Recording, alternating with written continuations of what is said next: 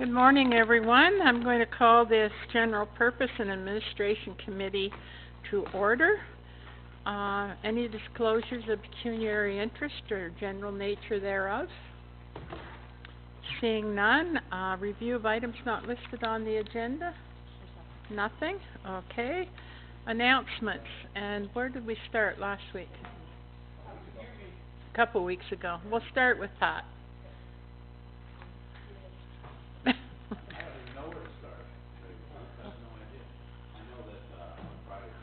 You have to do your... On Friday we did, I don't know where to start.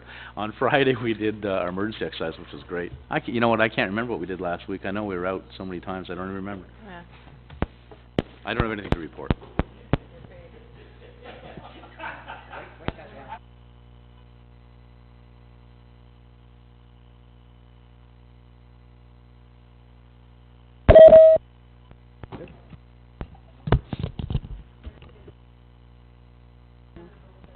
Oh, there we go. We're live.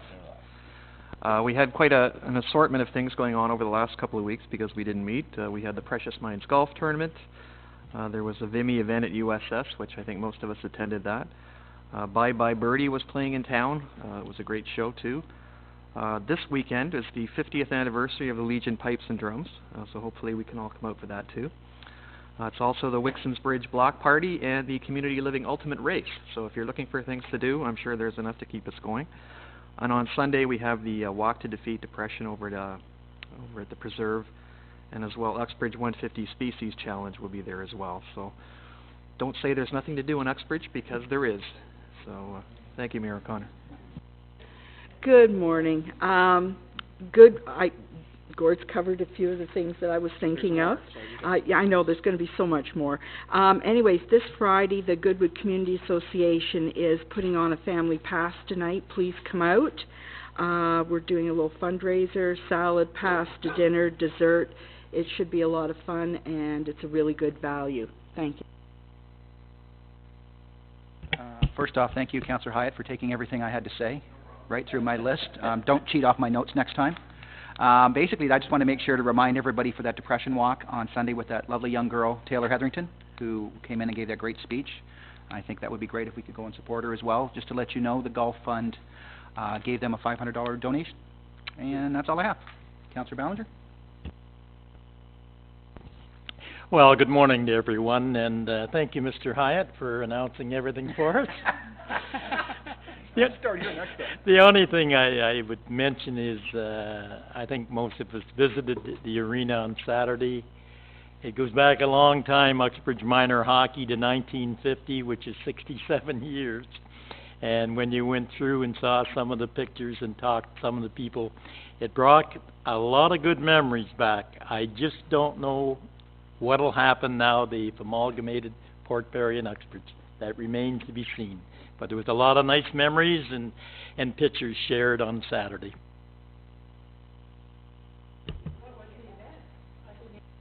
It was the showing of the Uxbridge Minor Hockey organization over the years with all the players that graduated on to pro or went on to university hockey, pictures of all the championship teams. It was from 2 o'clock to 7 o'clock at the arena.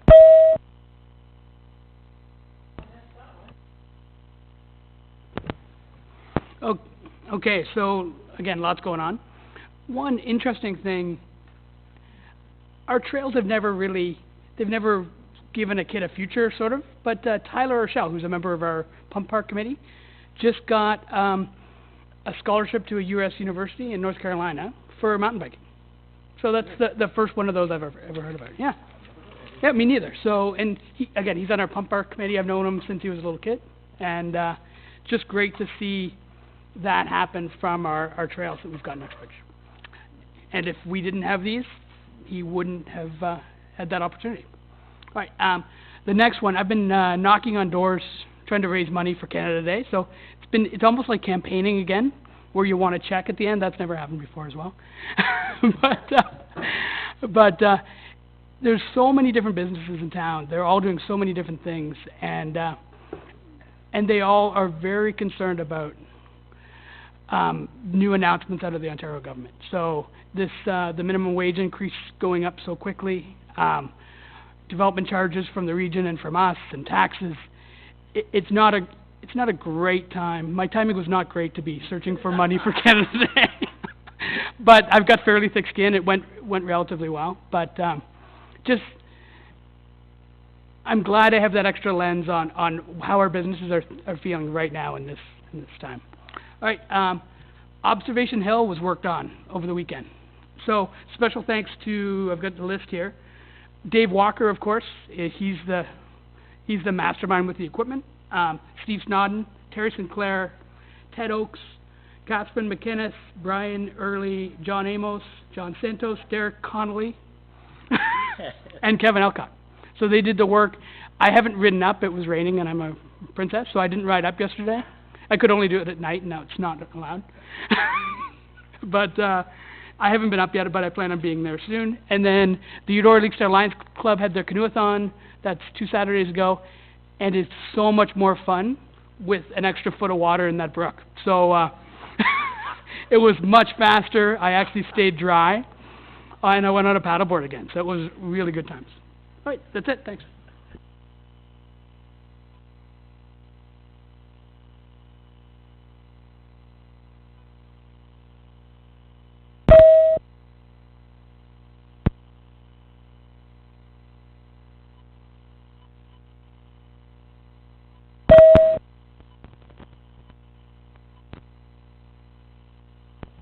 It's on now. Great. Thank you. Well, one thing I did forget, it's just, I guess, over the 2-week period, there's so many things. But one important thing happened after the Vimy presentation that we went to at the high school. I was in Scarborough, and I decided I'd drop by the Chinese Christian Baptist Church on Kennedy Road, and that's where the Vimy Oaks are actually planted. And I was fortunate enough to get a tour there from Reverend Scott Bisson, who took me through what they call the Vimy Oaks prayer path.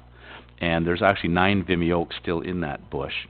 And one of the little concerns is they're trying to be sure that it doesn't become sort of a national site, because they really can't deal with all the people that are going through it.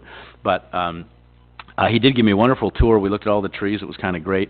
And I did, fortunately, he agreed to allow Trish and some of her students to go in there too. So she's arranging a trip down to the Chinese Christian Baptist Church to see the 9 Vimy Oaks that are still standing down there. I thought I'd throw that in because that's kind of important. And if you are in the area, you can pull in behind the church, and actually you can actually walk through and see it. It's just a little bit south of McNichol on Kennedy Road. I had to throw that in because it was kind of impressive, and he was very, very generous to spend some time with me. So thanks. I'll be very short because I think most things have been covered. I'm really sorry I missed the minor hockey because I was convener for minor hockey for a number of years. Plus I was also the secretary-treasurer. So it's a new era that we're going through, and hopefully it'll be successful. All we want is the kids to be able to learn the game, have fun learning it, and learn to accept defeat as well as winning. Chicken soup for we have grandparents, we have for Christmas, we have for everything. There's a new one out called Chicken Soup for the Soul, and Ann Phillips has a chapter in it. And she talks about the Syrian families coming to Uxbridge. So if you see the book, you might want to pick it up. The other thing is last Saturday I went to the Legion for the awards ceremony, and I not very often say things about myself, but I was just in awe of the fact that the president of the Legion and myself were the 2 people that received the Legion 150 award. Only 2 were given out, and I was the very happy and recipient of the one award, which I think there's probably more deserving people, but coming from the Legion, it means a lot to me. So I'm very proud of that pin, and you'll probably see me wear it throughout the rest of this year. So I think, okay, Rick, we're running a bit behind, so I think it's now your turn to come up, and we have Rick Hanna, who's the Museum Advisory committee chair and is requesting to make Historical Center's curator manager a full-time position. So, whichever seat you sit in is the hot one.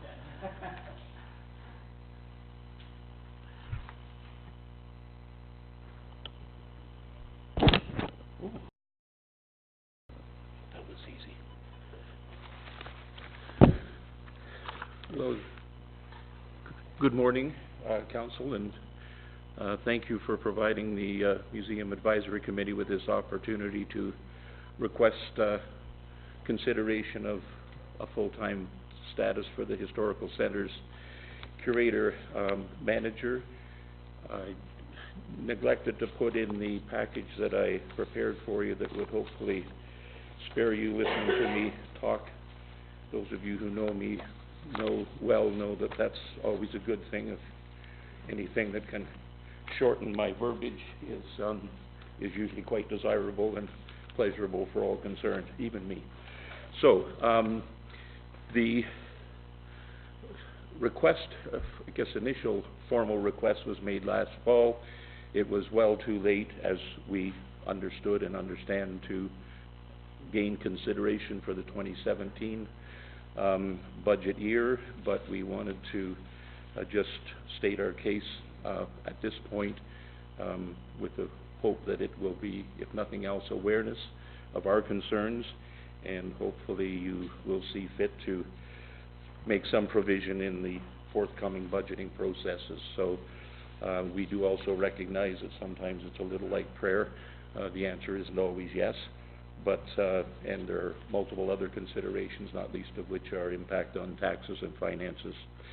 So that said, as a backgrounder, I hope you all received the package and hope that it was fairly clear. Among the reasons is a reality that there are matters that need to be dealt with in the off-season, and at present the curator performs these tasks, logs her time, and then is compensated by way of lieu time during the season. Not optimal. It has worked until this point. However, one of the more pressing matters in our mind is that, as you're probably aware, our curator is retiring at the end of the season, and we will be in search of a replacement, and there is some concern as to the ability to attract perhaps the best candidate in terms of it being a part-time position. We already did, as I think I mentioned, we already have lost our assistant, who was a valued and very productive employee, for no other reason that it was a part-time position and she was able to find a full-time one. So the center staff, as presently allocated, has difficulty maintaining the collection and archival resources, never mind enhancing its currency and availability. This, along with several other potential initiatives, many of them with revenue-generating potential, were also listed in that package, that two-pager that had the things that are done over the winter and things that could be done to make the center more productive, and that includes generating more revenue. As I mentioned, the retirement of the curator poses a few questions and concerns. Will the position be refilled? If so, will it be reduced? The last time our curator retired, the position was reduced from 12 months to 8 months. That is a concern. And of course, as I mentioned, whether a new curator would be willing to adopt the schedule that Nancy has over the past 10 years. The center has made significant strides in programming, with no disrespect to the former curator intended, who I think we all recognize as a peerless curator, historian, and researcher. Nancy and Rachel, before her departure, really went ahead in many ways in programming, and one example of that, I won't bore you with a whole lot of them, but one is the Fright Night. This was instituted, I think, 3 years ago, and has drawn several hundred people on a Friday night to events up at the museum, and it has grown so much that this year it's planned to be a two-night event, and I believe the library is coming on in partnership with the Historical Center to do that. So there's definitely growth there. That does generate revenue, of course. There is a charge, and it's just great. My wife and former sweetheart and I have had the pleasure of tending the bonfire each of the nights, and it's a great opportunity to visit with people from all over, and they do come from all over. I've talked with people from Bowmanville and Whitby and so on, so it's a biggie. And the other piece is rentals. The rentals are up this year. We have more weddings booked than we have ever had, and to help enhance the appearance, we have already begun, as an aside, I've shared with Councillor Beach that the first quarter to a third of the fence that is so derelict has, with your permission, the volunteers have started, and I must commend Brother Buss of the Historical Society, who single-handedly removed about a quarter of it yesterday, and Jumpin' Jack McQuarrie and I are going to carry that on today and tomorrow. So that just enhances the appearance, which is good. And so we did have, and I'll stop here, we did have to refuse a rental, or we lost a potential rental of the schoolhouse. Nancy has the details, and I'm sorry I can't give them to you, but the main problem was that we didn't have a Wi-Fi connection. So Nancy is going to pursue that and see if we can get that in there. But there is a potential for rentals, and that's one that we could also prosecute, I think, better with a full-time curator. And we understand there's a cost. We understand that taxes are an issue. At our last meeting, one of our members suggested leveraging sponsors with a view toward getting sponsorships. So I don't know whether that's something that a volunteer committee should be doing, whether staff or council might look into it. I'm not really sure. I know the Dufferin County Museum, years ago when we visited it, it was heavily endowed by the Eaton family, who I guess there's a few of you around that are old enough to remember the T. Eaton Company. I know at least three of you are born and raised Uxbridge people. I'm a newcomer. I don't hit my 48th year until next month. So,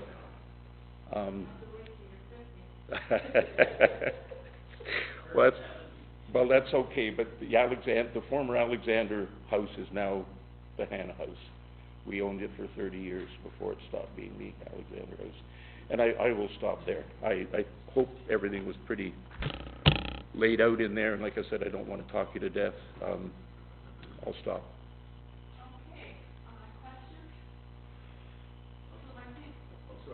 Mayor O'Connor, I was going to make a motion to refer to budget for 2018.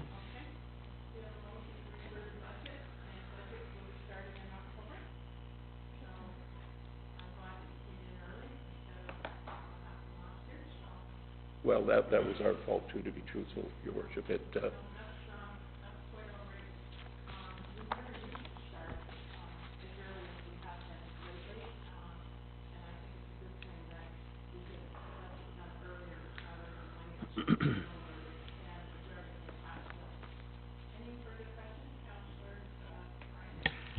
Thank you, Mr. Hanna. One quick point. You had mentioned about the Wi-Fi. I would suggest that Nancy talk to Alex at the library, because Alex is looking at getting these little sticks that people can check out. Okay. So we're in the process of that. Mr. Bark and I are aware of this being on the library board. So that, I don't know if that's going to come to fruition or not, but certainly Nancy can talk to Alex at the library. Okay, thanks for that. We did have some discussion. I just got into using Canada Post and stopped using carrier pigeons about a decade ago, so that's a convoluted way of saying that I'm not really technologically savvy, but there were a couple of our people, our Secretary Eileen Wilson, whom some of you will know from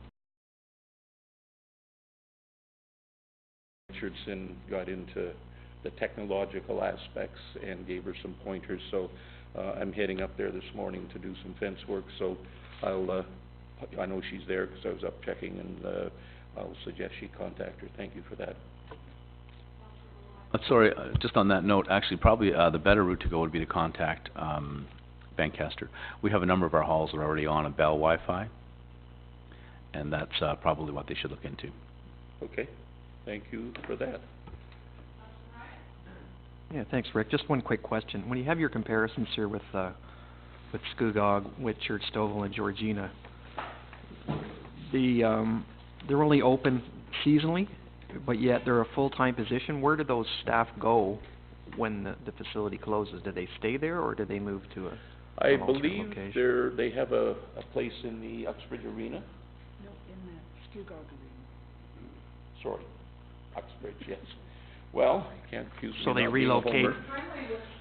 Not that Not friendly. that friendly. So they're relocating from the Yes, museum to sorry, another yes, place the there. Skugog Arena, I'm sorry, Okay. that was, So that would have to that's be Monday, factored I'm into gonna tell you. to the equation too, I guess. Okay, thank you, Rick. Okay, so we have a motion, it's been duly moved and seconded, no, we don't need a seconder, so we're all set, you're on the list for 218. Thank you, and thank you, council, members, thank you very much. Thank you. And, is there a suggestion as to what further, should we be getting something like this together come budget season, or is that sufficient, or, I guess, do you need more? I guess Is there- what, I think that, okay, If we have questions, Mayor Connor, we will certainly get in touch with Rick. yeah. Donna, did you have anything? Yeah, closer to the time, we'll work with Amanda and Nancy for budget purposes to come up with the numbers. Perfect. Okay. And Thank you all thank you very to much. you and your committee for all the work that you do around the museum. So, well, thank you very much, it's our pleasure. Sorry, those basketball knees don't work well anymore.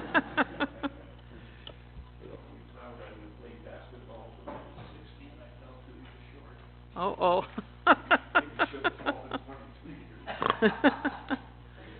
Thank you, Rick. No. The next ones aren't here yet, are they? No. Okay, the next delegation has canceled. So, the next one, Leslie Edwards, Steve Snodden, aren't here yet. So let's go to finance and, oh, you can do it? Okay.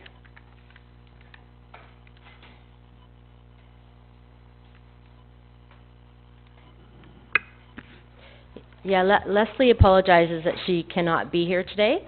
So she just asked me to quickly talk to you about doing another ramp jam. So we have done 2 ramp jams in the past, and they're very successful. This will be on Friday, June 30th, which is actually a PA day, so it's a great day venue. They'd like to kind of package it in with the Celebrating the Canada 150.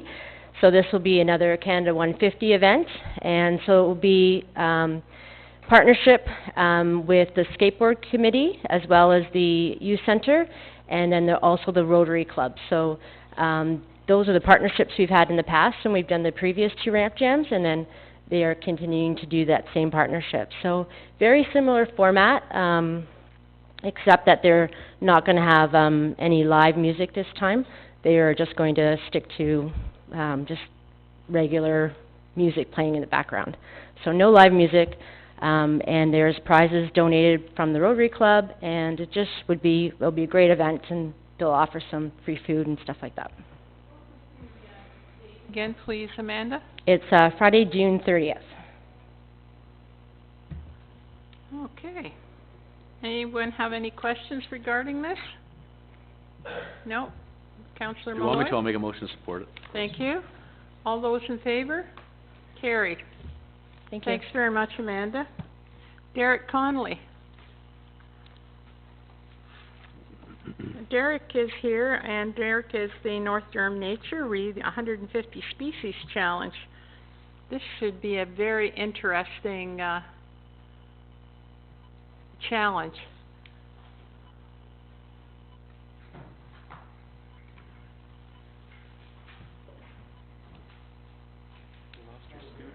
Sure, or if you want to stand at the podium, that's... Why is that sitting there? Oh.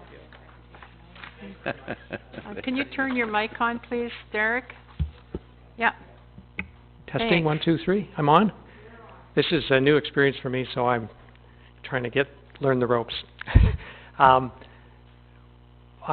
here to make a request to do an event this Sunday, and normally we've done quite a number of events, part of North Durham Nature Walks and Talks in the Durham area.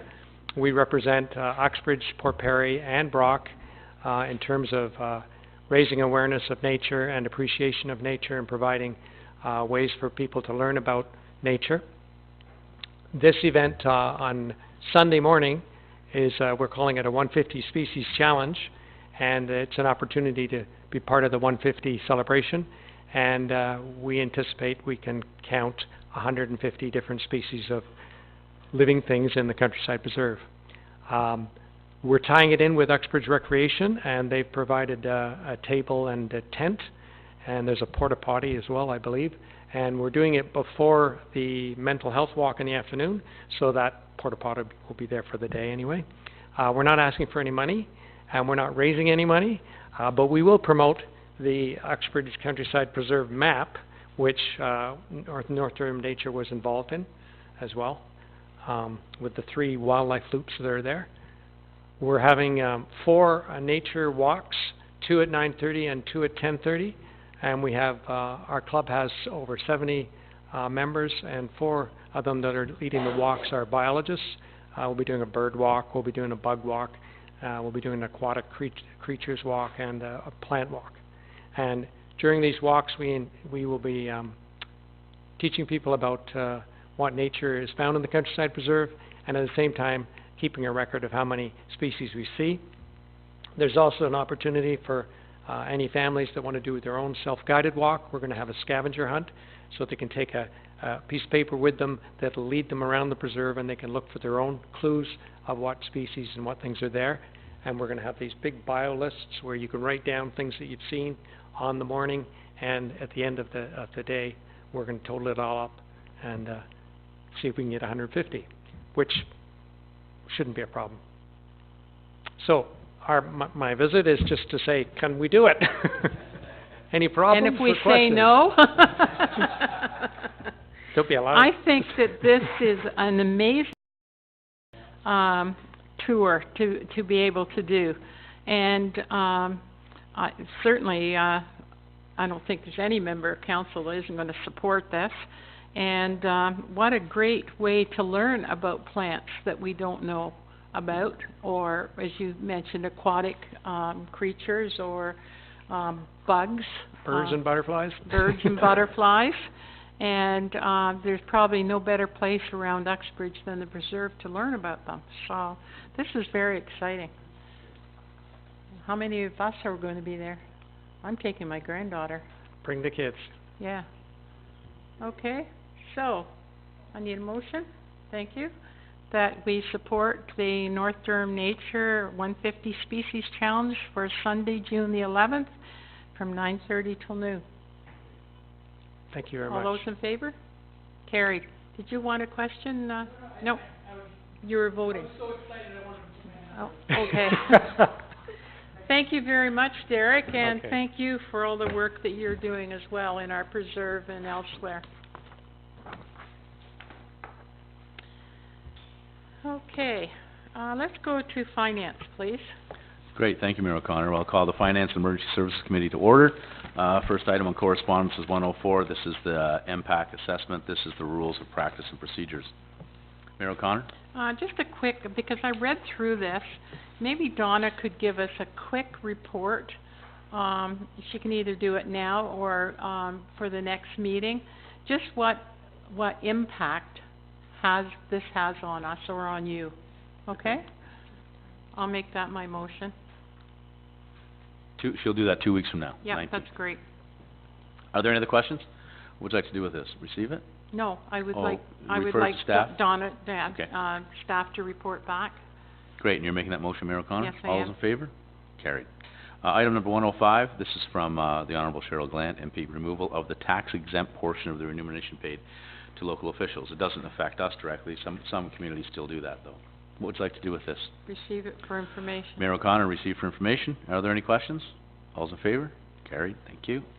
And item number 106 is from the town of Shelburne. This is support for their 150 tree initiative on the Highway of Heroes. Did we purchase a tree for this? I don't think so. I think we should. There wasn't much, I didn't see much information about exactly where we go to do it, but yeah, I think it's a great idea. I think for our municipality, we've got people here that have served, thank goodness they've all come home, but, so, So I have a motion for Councillor Hyatt to support that, to purchase a tree. yes, please. All those in favor? Is that okay? Debbie? Are you supporting the town of Shelburne in theirs, plus directing that we purchase a tree? We're gonna get a tree for ourselves. Okay. Yeah. All those in favor? Carried. And this is from the township of, Cavan Monahan regarding the cost of electricity. Receive for information. See for information, Mayor O'Connor, are there any other questions? All those in favor? Carried. And this is item 108, Town of Ajax, request to support communities affected by the recent flooding. We did this already. Well, I thought so, and aren't we I thought you made a motion at the last.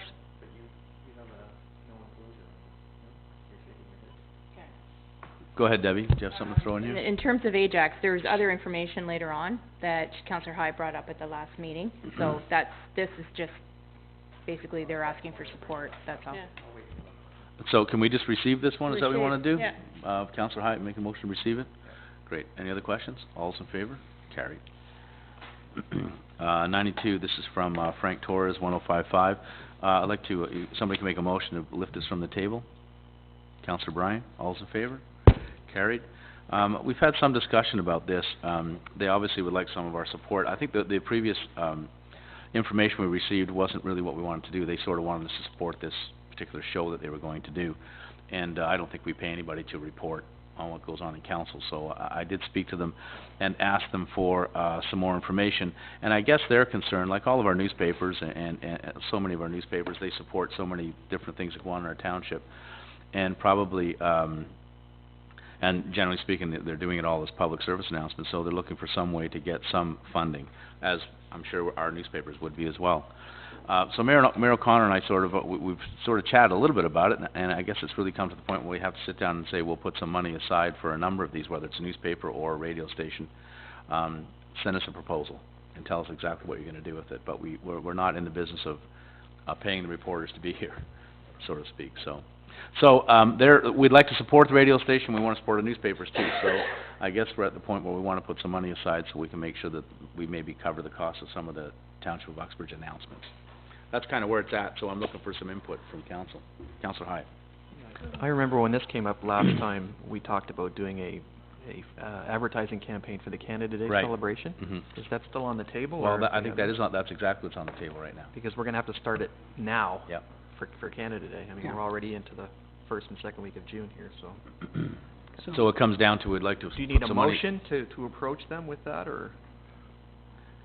I mean, that's where I feel that it should go, as the reporting on the day makes no sense to No, me I at agree. all. No, we wanted It's, advance. we wanted something now, leading up to get people motivated to either stay in town and get organized and participate in Jack's parade, things like that. That's what we want them Yeah, to do. absolutely. Not reporting live from the park. To me, that makes no sense whatsoever. Maybe we could ask Councillor Barton to comment on that. I think that money was the issue last time we Yeah, spoke. no, and- Was that the issue? Yeah, and although I have spent time fundraising, I have not we still have a funding gap, so we don't have an extra $1,500 to do a campaign here.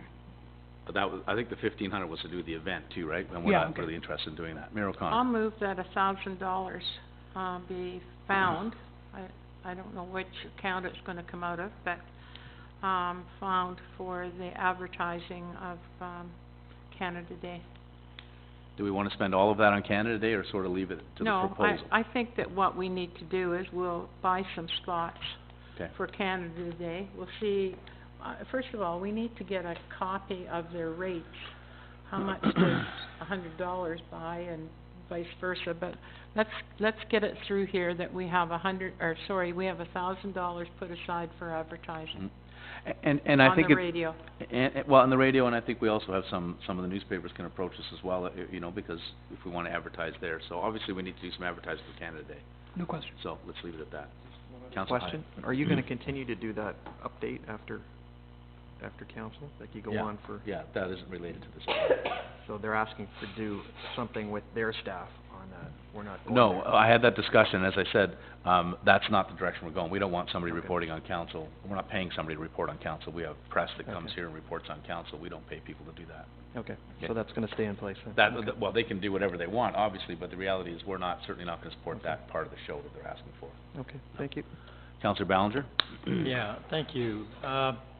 I agree with what, Councillor Hyatt said. We, sooner than later, we should be on the radio and in the papers about Canada Day.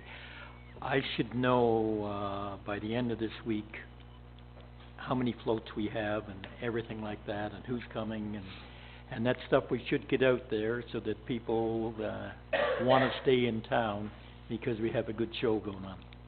Great, so we should have a motion to, set aside $1,000 at this point in time, which I think Mayor O'Connor made. Okay, are there any other questions? One quick question. Is Councilor that Ryan? 1,000 just for the radio, or do we have to No, put I other think money that's- away? That's in total for the papers I think as well? so.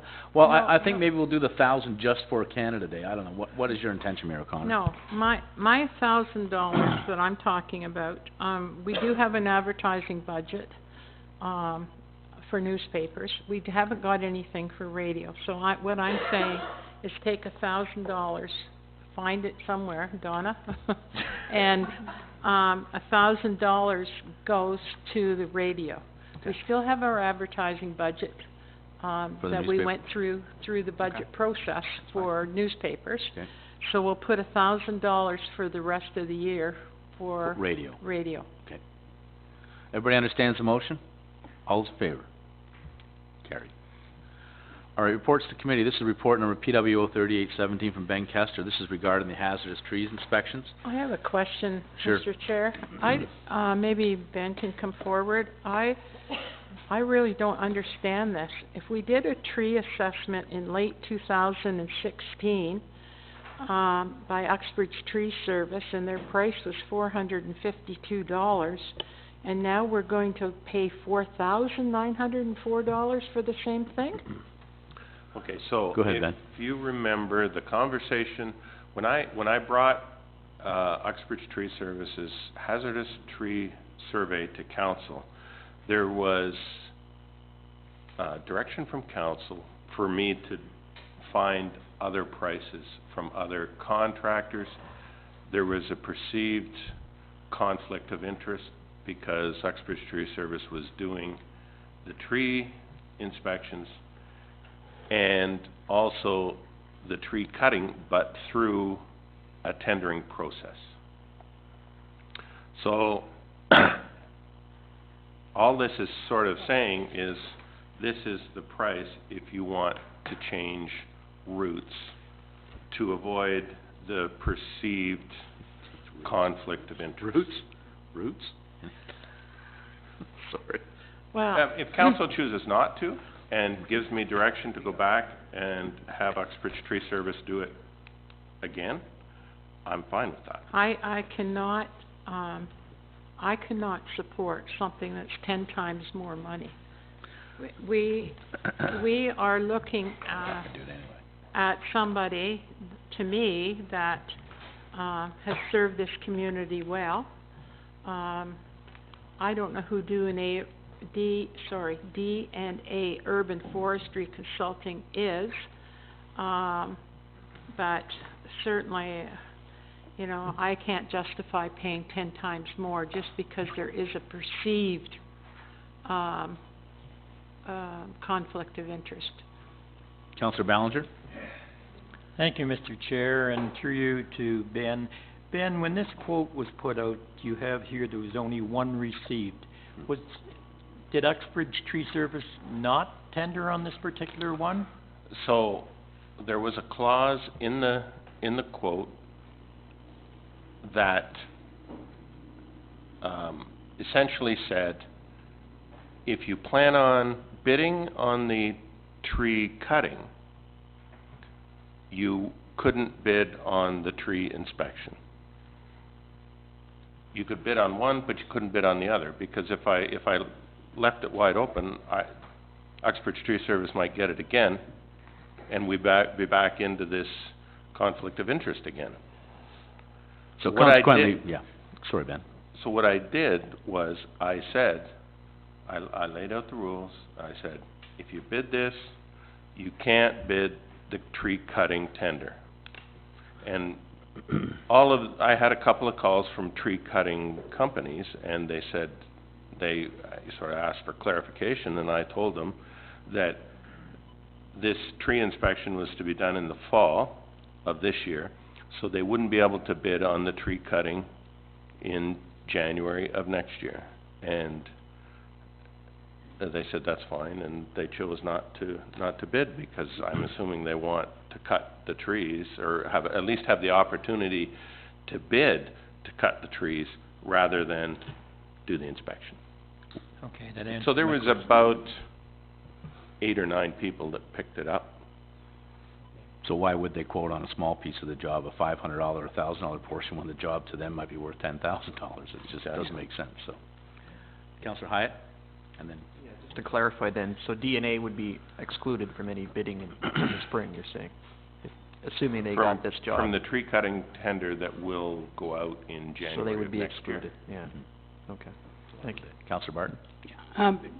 How many trees would they be inspecting for this, $4,500? That's what it is. All the trees in Uxbridge and the 5 hamlets. And the 5 hamlets. So, Nothing on a regional road. okay.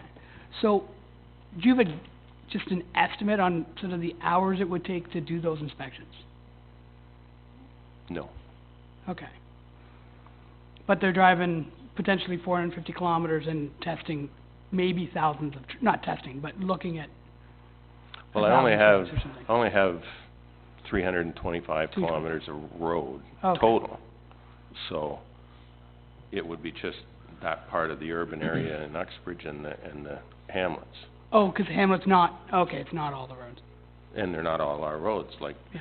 Sanford, we wouldn't do Sanford Road. Zephyr, Okay. we wouldn't do 39 or 13, which is Zephyr Road. Okay. So Mayor O'Connor, do you have a motion to not support this? Did you make one? Is there one, Debbie?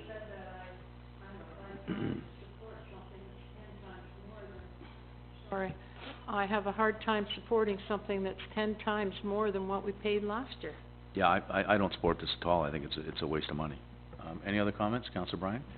So I guess my next question becomes then, do we have to send it back out, or can we just assume, or can we call Uxbridge Tree Service, do a single service and say they'll do it for $500? Well, they'll do it for whatever it costs them, yeah. And we just not award this, that's all. Okay. You just don't award it, and give me some kind of direction through a resolution to go back to the way It was, okay. it was. I'll give you that motion that we don't accept this and we go back and you can take care of it. Great. And Councillor Hyatt? Yeah, I recall the discussion that Ben's referring to. The optics of that was very poor, and we know there was a situation that probably triggered this whole situation. I guess where I'm going is there a way to structure this so that optically it's not someone giving themselves work? I don't know if you can structure the Well, you tender see, such a way that... To me, there is no optics. There would be an optics problem if I was just giving the trees to Uxbridge Tree Service to cut. Mhm. But they have to go through a tendering process. And if I recall, this year it was very close, less than $1,000, I think, between Uxbridge Tree Service and the next bidder. Right. So, So we've established that the real money to be made in this is in the cutting, correct? that's correct. So I guess the optic issue, or it could be perceived as an optic issue, is if someone is charging $100 to evaluate a tree and then they turn around and charge $1,000 to cut it down. To me, there has to be some kind of separation, and I don't know how you would structure it under a tender. That separation, in my mind, that separation is the tendering process. There's no guarantee when Dave goes to do the hazardous tree survey Right. and sends me the list, there's no guarantee he is going to get the work in the end. Right. Right, okay. Okay. All I'm saying, as long as there's a paper trail, Yeah, if you want I to call think it. it's pretty clear. It's tendered at Okay, both thank you, ends, so. thank you, Ben. Debbie? For clarification, Mr. Chair, to Councillor Bryan, Basically what we're doing is receiving the report, we're not accepting the quote. Now, are you saying turn it back to Uxbridge Tree Service No. for inspection, or we go out to tender, removing the clause that says if you bid on the inspection, you can't participate in the cutting? Through you back to Ben, what's the best way to do this that's gonna make it fair, transparent, and Will you come worthwhile? back with another report perhaps, Ben, at some other time, outlining how you're gonna do this? If we just drop this one now, will you come back and say, here's how I'm gonna deal with it? So and you'll outline, well, I don't know how you're gonna do it, you have to tell me. I can do it either way. I can put it back out and let the tree cutting companies bid on the inspection and the tree cutting as well. I would in the be spring. fine with sending it back out that way, so that way they have the option, that way we're not just going to that single source, we can send it out to the 8 or 9 people who picked it up, and then in turn they can bid on it. I'll make that motion then. Deb, is that clear? Debbie, is that clear? Thank you. Okay, No, any thank other you. questions to Councillor Bryan's motion? Do you have a question, Mayor O'Connor? No, comment. I think this all arose, if I can remember correctly, from somebody that lived on Maple Street, or King Street, Maple and King, I think. And, because he was working on, private property, had nothing to do with us. And so we can see now that what we were told was perception is very costly, when it's only perception. Yeah. So, Great, okay, so we have a motion on the floor, all those in favor? Carried, thank you.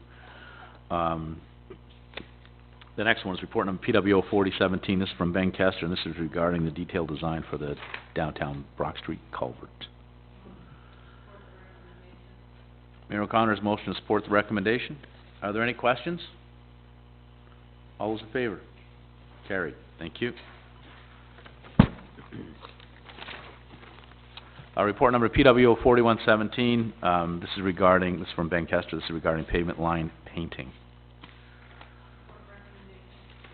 Mayor O'Connor supporting the recommendation. All those in favor? Carried. Report number PWO 2417, this is regarding the black curtains for the music hall stage.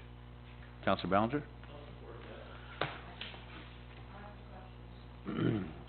Councillor Beach? What are they doing with the old curtains? They had a note about that. Yeah, the old curtains will be used for other purposes at the music hall. Oh, what? And the Okay, old I curtains missed that. are at least 10 years old. Okay, good. Mayor O'Connor? in their budget? Yes. Yes, okay, great, thank you. All those in favor? Carried. This is report number TR 2317. This is, Donna's report on reimbursement of expenses. Does everybody understand that policy? No, I have a quick question. Go ahead, Mayor O'Connor. Travel. Where's the travel here? Under travel costs, it says the Township of Uxbridge employees and councillors shall use the most economic form of transportation in the circumstances relative to travel time and convenience. Reimbursement of travel cost is as follows. So if it was, do I have to do a comparison? Like, as I go, I'm gonna use AMO as an example. I might want to, for instance, take the train to Ottawa this year versus driving to Ottawa. Do I have to do a comparison of what it would cost me to take the rail versus what it would cost me to drive? Is that what this is saying? Go ahead. Go ahead, Donna. Yes, that is correct. So, okay. So then, the councillor that chose to maybe, rather than drive, take the rail or a bus, okay, if it was more expensive to take those two than to drive, then we would pick up the difference. Okay, and we would also look at the circumstances. So if the circumstances were such that, you know, the train maybe went once a day, or, you know, from the train, if you had to travel another 30 minutes to your hotel, we would factor all those circumstances in. So it would not only just be price alone in itself, but we'd also look at the circumstances. Say, for instance, if you had to go to something in Thunder Bay, and if it's cheaper to drive, but it would take you 2 days to get there versus a flight. I think we have to keep in mind that these are really just guidelines, and I think that you'll note that, any expenses you do have, if they're approved by for council, if they're approved by the CAO, then if they're approved by the CAO, that's the way it goes. So they're really guidelines. We didn't really have... That's my concern. We didn't really have, well, we really didn't have a lot of guidelines, and that's what these are. I don't think, although Donna might, have, intended to make them very restrictive, but they aren't as restrictive as they appear. Yeah, reject. So really, they're guidelines, and of course, counselors and staff, you know, we generally look at the most economical way to go if we could, but certainly we're not gonna take a horse and buggy to Thunder Bay. Well, and the only reason I'm asking is we all know the number of events that are going on in Ottawa this year, and, we're going to AMO, and, you know, to try and find parking there this year will probably be horrendous. So I was considering taking the train. So now I know that I might be able to take the train and not have it rejected. I'll still consider that, thank you. I'm pretty sure you can do whatever you want, Mayor O'Connor. I'll move, the recommendation. Question from Councillor Hyatt? Oh, there we go. There should be some kind of, distance factor in this, Donna. Like, in other words, if you can drive 2 hours, obviously you're not gonna be taking a flight. You know, if you're outside a certain zone, then I think something that Mayor O'Connor's talking to kicks in. You have the option now of taking a train or a flight or a bus or something. Is there some way to factor that in? Like, if I'm going from here to Stouffville, I'm not gonna fly. Well, I might. But you understand what I mean? That's being ridiculous, but Let me. do you understand? But let's not Like, make... it's a 4-hour drive to Ottawa, for instance, and not everybody wants to drive 8 hours. Can it be done? Yes. Should it be done? I don't know. But let's not make this too complicated. Let's not get too many rules. The reality is that we're all gonna look for the most economical and viable way to travel, and that's how we're gonna submit our expenses. I don't think we wanna put all these rules on it. Let's leave it, it's up to us to determine what is the most economical and viable way to go. And that applies to council and staff. And let's leave it at that without getting too complicated, if you don't mind. I think we all understand the intention of the policy. Councillor Barton? Yeah, just on the meal reimbursement. You know, a lot of us have traveled for business, and instead of doing, you know, $15 for breakfast, $25 for lunch and dinner, you know, I think it's $35. What if we just had a daily allotment so that you're not submitting a receipt that says you eat pizza 3 times a day, or like, if there was just an amount that you get per day while you're traveling, a per diem. There it is, $70. No, I know, but you're still submitting receipts for that $70. Yeah. Yeah.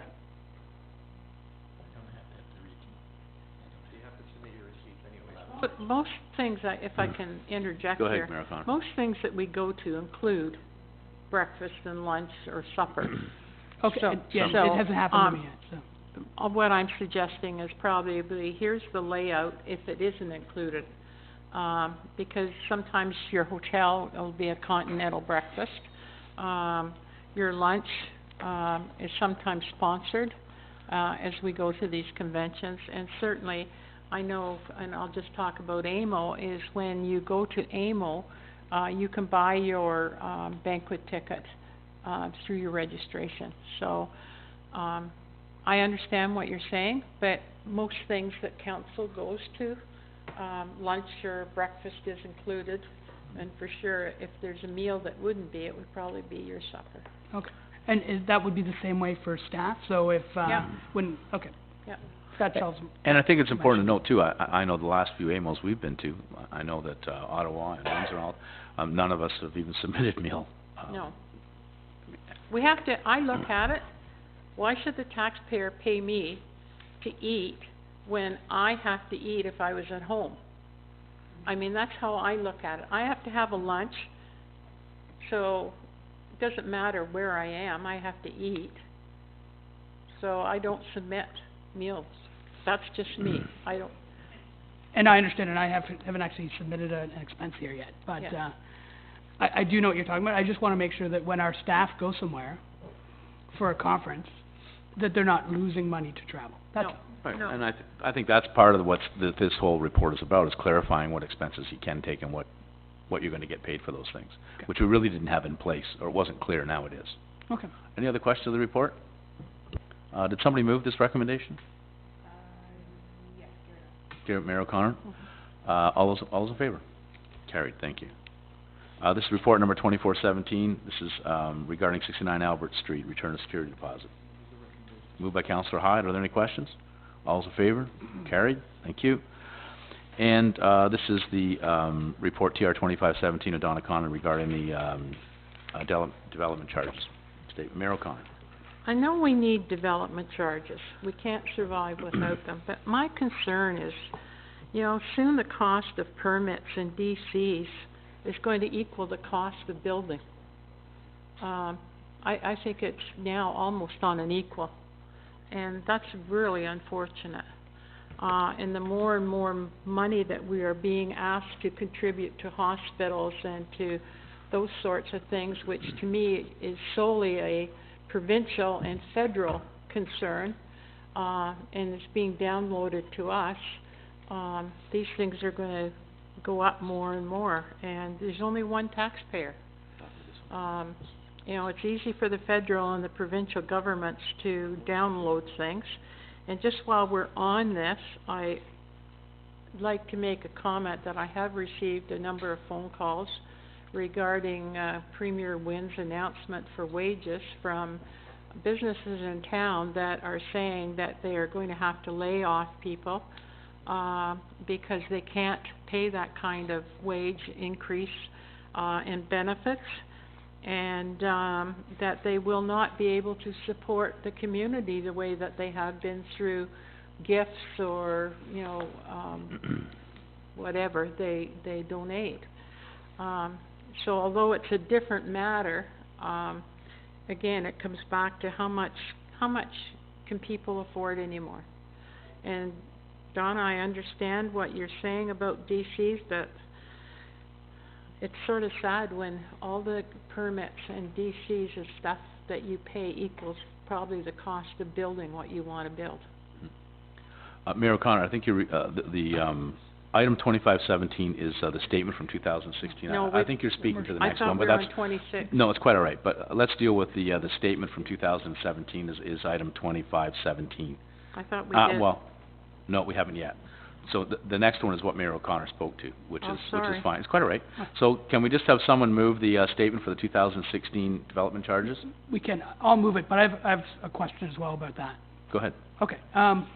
So with our reserves, it talks about our reserves in that report. With our reserves, how do we invest those? Are they just in a bank account, or do we? What are the rules around that? Can we borrow from our own reserves for long term? Can we buy equities? What are the options there, Donna? Donna can answer that. Donna. Yeah, so we invest those funds in accordance with the township's investment policy.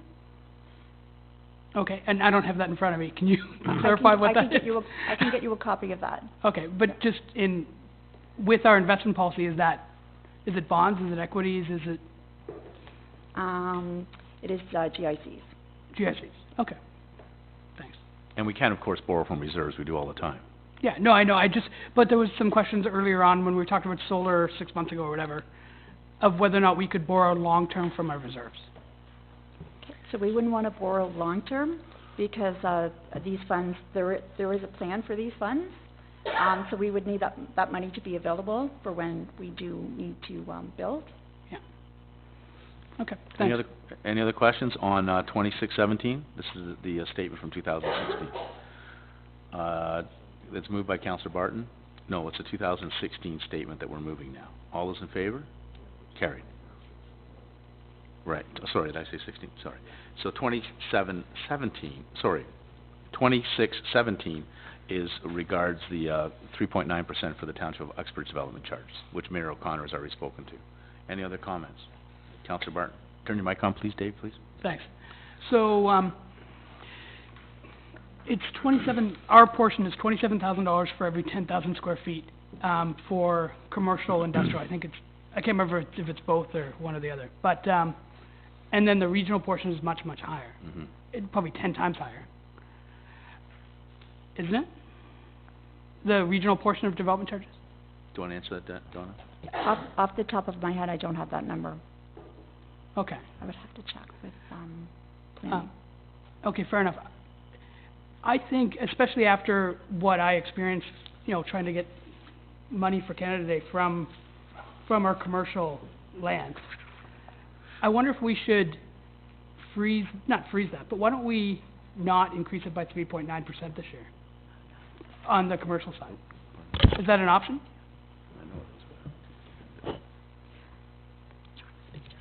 Go ahead, Donna. So that's not something that I would recommend. We want growth to pay for growth, and if we're not keeping up with inflation, then at the end of the day, when we do need to build and construct facilities, we won't have the funds available. Maybe you could explain where the number came from, 3.9, Donna. Okay, so the number comes from the Statistics Canada Quarterly Construction Price Index, as stated in the report.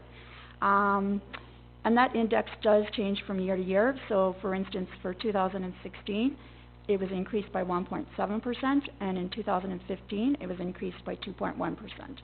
So, we do need to be keeping up with inflation. Otherwise, what will happen is when it's time to construct that facility, we won't have the funds on hand. Question? Are you finished, Dave? Not quite. Go ahead. Well, go ahead. Well, if you have another question, go ahead. So, and I understand that. We have very little land to develop right now, especially when it comes to commercial. That industrial park is a huge job creator. There's so many people that work there and in other facilities in town. I think anything that we can do to support employment growth in our township, we need to do. This type of thing is subsidized by other municipalities all the time, with tax breaks and things like that, from what I understand. But development charges, as you know, you charge development charges for future growth.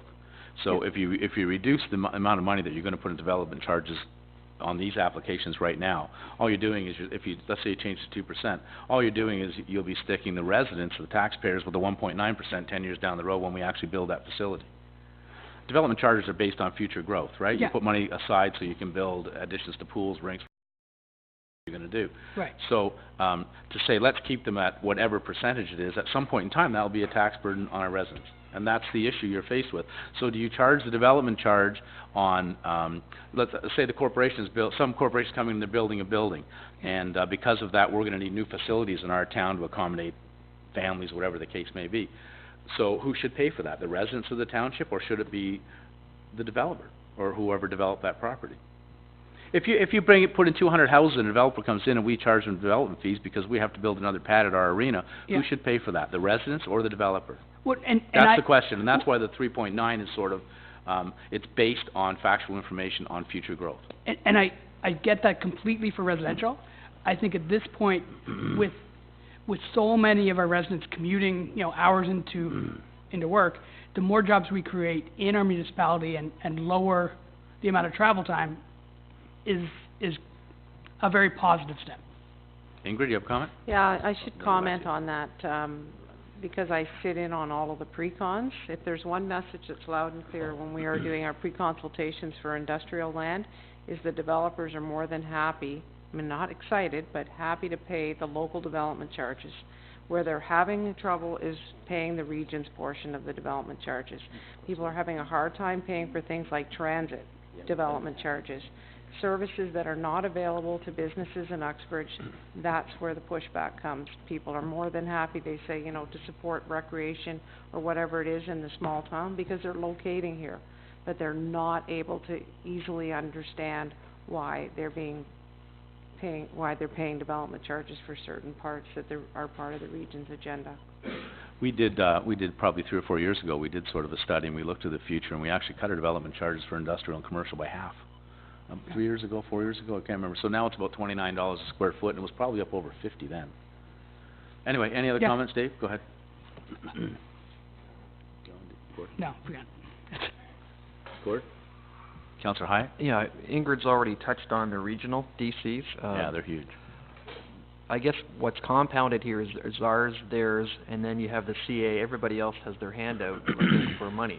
And at the end of it, we sit through all the pre-cons, as Ingrid said, and at the end of it, they're just like fed up. They say, I can't afford all this. Administrivia is basically what it is. So it's not just the DC component. There are other factors that can limit moving ahead with the business. So I see where you're going. What number do you pick? I mean, that number does float depending on whatever the construction price index is. Is it fair? that's the only way to me to make it fair, is that you're picking a number that Stats Can has already provided us. It's not like we're milking you for money. It's, you know, that's a cost of doing business, obviously, as what Councillor Malloy has said. The part that irks me is these review fees. I mean, you know, it's 2,500 here, it's 3,000 there for stuff that they're really not doing anything. They're reading a report and saying, okay, that's fine, give me a check for $3,000. Whereas DC's goes into a pot for future considerations, so that's, I think it's a little bit different, and I understand where you're going with it. Are you making it outrageous for people? I don't think so from a DC perspective, just from the township's perspective anyway. It's when you compound these things one on top of another. It's huge. And sometimes it can exceed the actual project itself, and that, to me, that's unfair, so. Do you have any other comments? No? Do you have a motion? Is there a motion, Debbie? Motion from Mayor O'Connor to support the recommendation. All's in favor? Carried. This last one is a bit of good news. This is from our insurance pool. We got back, I guess we're getting sued a lot last couple of years. We've been getting money back. This year it's almost, what, $175,000 or something like that? Almost $200,000. So this is money that we pay into our insurance pool, the Durham Region Insurance Pool, and every so often, every year, they sort of look at it and see how much money they have, whether they're overfunded or not. And this year we'll be getting back the amount in the report, and $172,000, and our treasurer is recommending that those funds go to the Brock Street culvert. And one of the reasons, one of the recommendations when it comes back from the insurance is the money that comes back from the insurance pool should somehow be tied to risk management somehow, and that's why she's recommending it goes to the Brock Street culvert. Do I have any questions? Moved by Councillor Hyatt. Councillor Bryan, do you have a question? Were you moving it? Great. Any other questions? All those in favor? Carried. Unfinished business. Sorry, can I Oh, yeah. just interrupt for a minute? Sure. Can I suggest, since we have our 11:05 deputation here, that we recess finance, go to our deputation? I only have two Okay, I items have a left, number Mayor of O'Connor. questions, so. I've only got two little items left and we're done. This unfinished food relief donations, Debbie, is this you? Yeah, so it's, with respect to the flood relief, that was, at the last committee, I believe it was, Councillor Hyatt brought up about possibly doing a donation to Quebec for flooding. Then Councillor Barton brought up about possibly doing donations to our local municipalities in Ontario, i.e. at that particular time, Minden Hills was, well underwater. In the meantime, we've obviously had a huge issue in Clarington. So we did some checking. Probably the biggest one we've done was Fort McMurray. We did $1,000. This, there was another one, and I can't remember which municipality it was. Tweed? Tweed. So basically, my direction was to go back and find out what we had done recently, whether or not you want to make some donations to Quebec and or local municipalities, whether or not you want to use the Gulf Fund or if we should be using our Is it a corporate? corporate donations. Dawn is recommending a corporate donation. Yeah, so that's basically where we're at. So there has been a couple in the past that we have donated to. I think one of the big thing, and I'm not 100% familiar with it, but with respect to the ODROP funding, that has, the criteria has changed dramatically with that, because municipalities used to have to get matching funds in order to qualify to get funding. So, and I don't know, Donna, if you know any more about it than how, like how it works versus what I'm familiar with. I'll work to I'm sure Donna can look it up. I think what Phil had said was it was 3% of your tax levy. That's what you get from the province, regardless of how much you commit. Okay. So what do we want to do with this, Councillor Hyatt?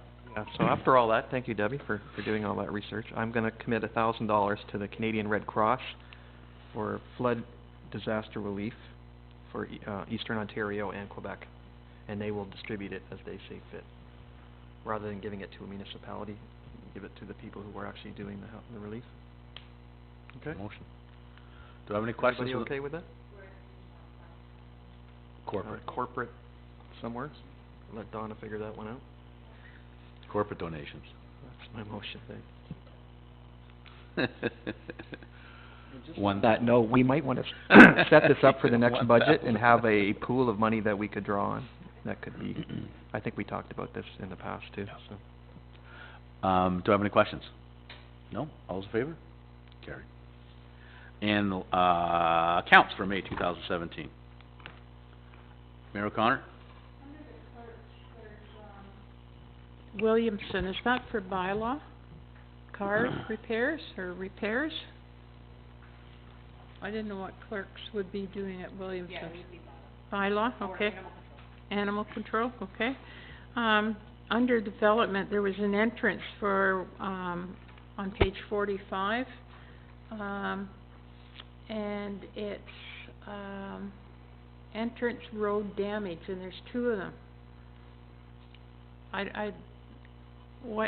There's $3,000 there.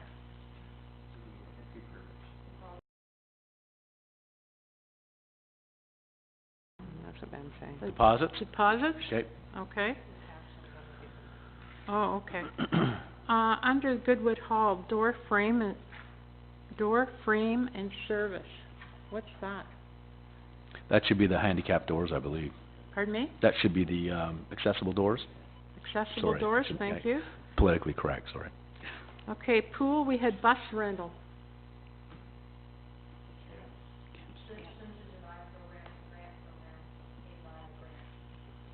So it's an in and out.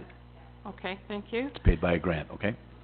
Under roads, a survey for Balsam and Main Streets. What are we surveying, Ben? Mr. Kester? Please. 2 capital projects. Okay. And, under page 56, Rachel Kuma, donation of Taekwondo competition, $500. That came from the golf fund. Through the committee. Through the committee? Oh, okay. All right, thank you. Thank you. Any other questions on reports? Councillor Barton? Yeah, I've got one under clerks, for something North End service for fuel supply for the clerks. What, do we buy our own fuel or something? That'd be through animal control. So they have a fuel tank, or they don't No, just? they have an account that they get fuel in Port Perry. Oh, okay. Fair enough. And then, I'd noticed, I didn't write it down, but I noticed a lot of, locates. What are we spending a year on locates now, Ben? Gee, I think it's about 50,000. I don't know what it is now, Ben. It's a lot of money. I know we turned down the extra employee, but, I believe about 50,000 in our budget. okay. And there seems to be an awful lot of, like, $850 ones this time.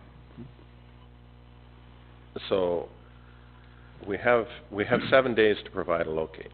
Yeah. So, what the big ones are likely, I get them for a day when we get a whole bunch, like, so I have 150 or 200 trees to plant. Each one of those trees needs a locate. So he'll come for the day and just do as many as he can for a couple of days to do them all, and he'll Okay. stay here and do them. So that's why they're a little more than normal. Okay. All right. And do we have any plan to do that in-house? Even without the Not at the employee? moment. Okay. There's no time. That was a plan that was discussed during the budget, as you'll No, I recall. know, I just was wondering if, we talked about it not actually being a really technical thing to do, that's all, during budget. Okay, any other questions on the accounts? Somebody like to move them? All's in favor? Carried, thank you. The last item is the, sorry, where'd it go? This is, just an article on trade news, a procurement chapter. Anybody have any questions about it? Yeah, does somebody give me a quick explanation what this says? I think we're already doing a good enough job, or a better job than what they're proposing, but I don't know who would like to comment on it. You know what, you can give me an explanation afterwards. I read this and I thought, well, I think we've been doing this for a long time. Well, we have, there's nothing new Well, here, then really. let's just receive it. Yeah. Okay, any other questions on that? All those in favor? Carried, good, I will, sorry. Anything from the press? Given the length of the agenda, I'll try and make it quick. On the letter from the radio station, it was stated, I believe, that $1,000 has been set aside for Canada Day advertising on radio. Is that not right? I'm sorry? Could you No. clarify that for me, please? Yes, I moved that $1,000 be put aside, for the radio, and the $1,000 was to include Canada Day plus. For the rest of the year. For the Canada rest Day of the plus. year. Okay. And is there a similar amount set aside for newspaper? We Or- already have a newspaper account. That's, okay, so no additional No additional. sums for Canada Day? No. Well, there's money in the advertising. We have a budget figure for advertising Yeah, for newspapers, so the Canada Day would already be part of that. okay, thank you, ma'am. A clarification on the tree situation. What was the motion? To re-tender that tree inspection? Yes. Okay. And just to be very quickly, Mayor, you touched on the subject of the minimum wage increase. When that comes into effect, given that the township employs a good many students during the summer, what effect will this increase have on the number of students you employ, the prices you charge people to attend the summer camps, things like that? What's the effect going to be?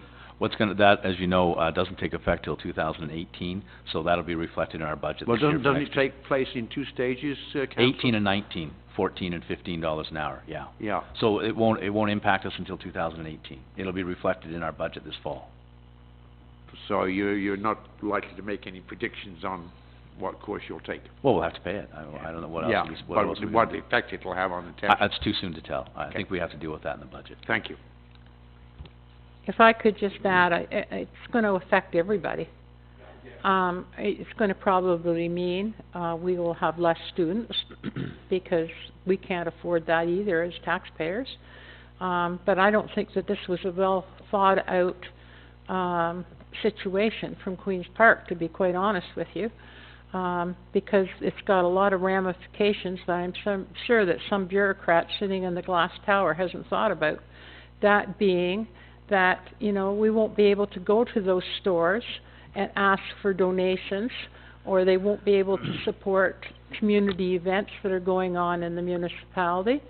And in fact, they might not be able to keep the people that they have there already.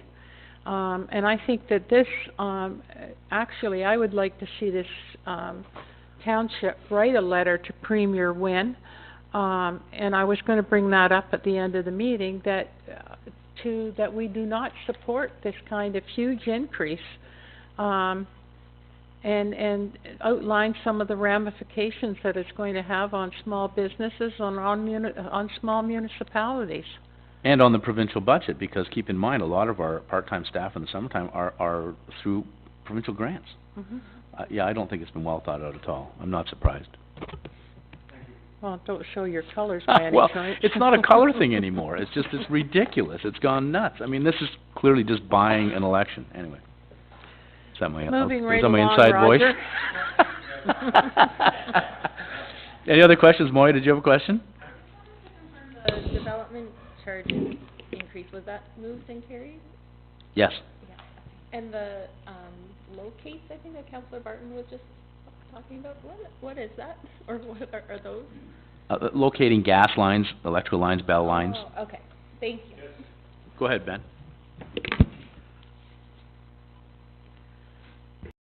The only thing we locate is our underground street light wire. Gas and Bell look after their own. Okay. Okay. Okay. Didn't that used to be called Call 1 or something? Isn't that, one call? One call still exists, but that's the people who the contractors call, and then they notify us. Oh, okay. Thank you. Any other questions, Moira? No one else? Anybody from the audience today? No questions? Good. I will adjourn, Finance Administration. Finance Emergency Services. Okay, and I'm going to go back to delegations, and we have Alec Hartman here with 2 members of her staff to do a presentation or on Free Little Libraries program.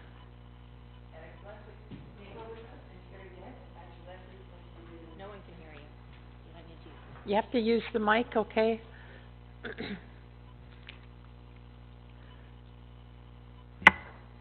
I have Carrie Dent and Leslie Nagel with me today, and Leslie's actually going to do the speaking for us.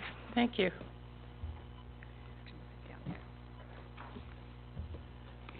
Hi there. On behalf of the library board and staff, we'd like to thank the council for your time today. The library is looking for your continued support and approval for the installation of 3 more little free libraries. We brought one of our new libraries to show you today.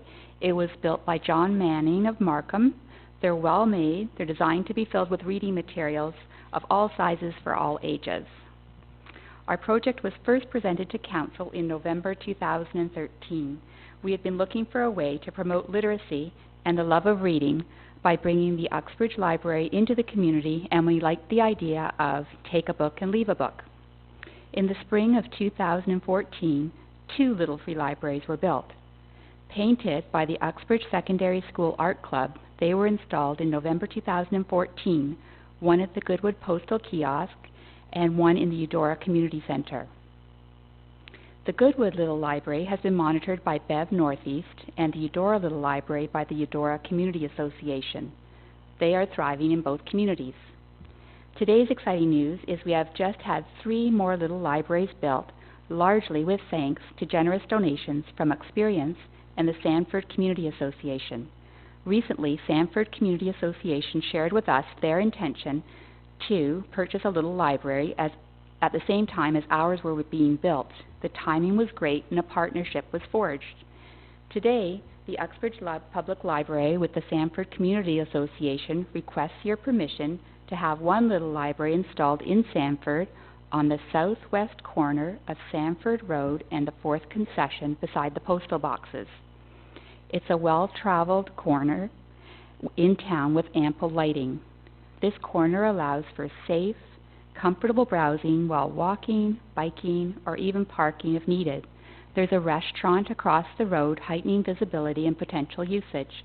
The association would monitor the little library. Secondly, we request your permission to have a little library installed at the Uxbridge Arena by the water park and tennis courts. We think families visiting the park, courts, and arena would appreciate having access to a variety of reading materials to enjoy during their picnics, playtime, and sporting events. The library would like to partner with Uxpool as the home of our 3rd little library. With a pool, camps, park, and baseball diamond drawing the community year-round, the little library would be well used.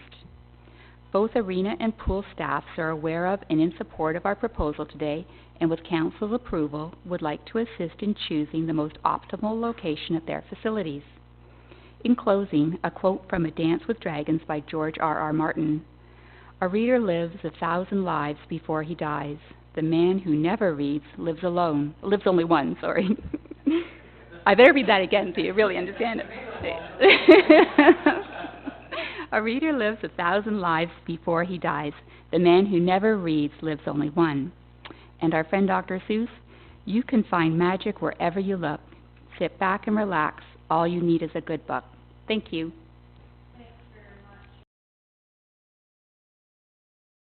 I think it's great that these little libraries are being used as much as they are.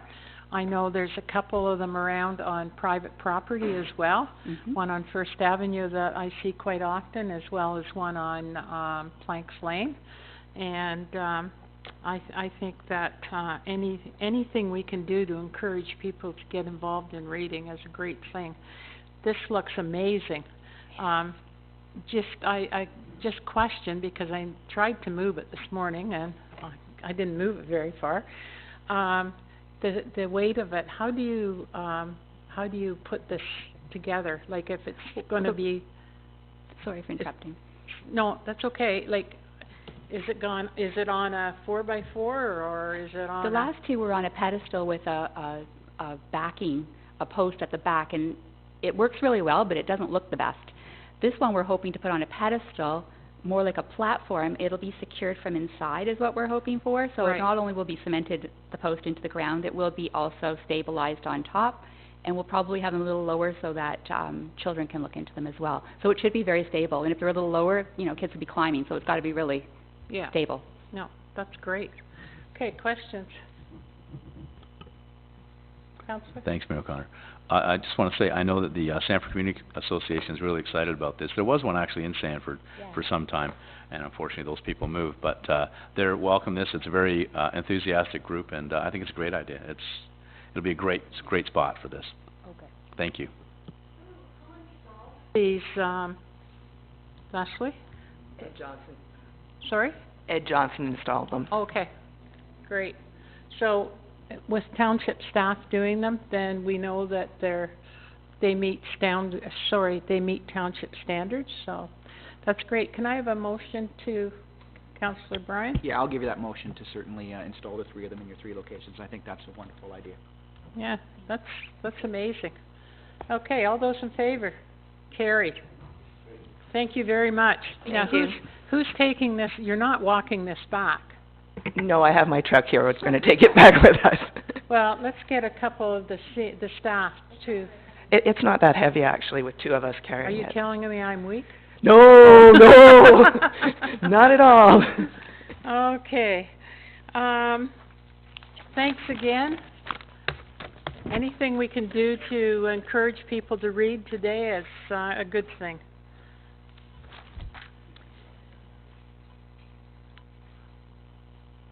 Are you sure you can lift it? No, just... We'll take a 5-minute break. Here. There we go. Take a 5-minute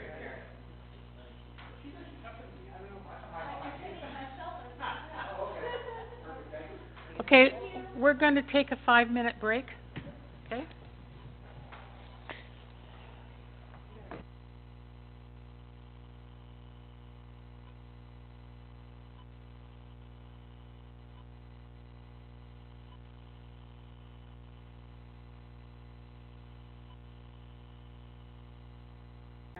Okay. Let's do Tourism, Heritage, and Community Programs Committee.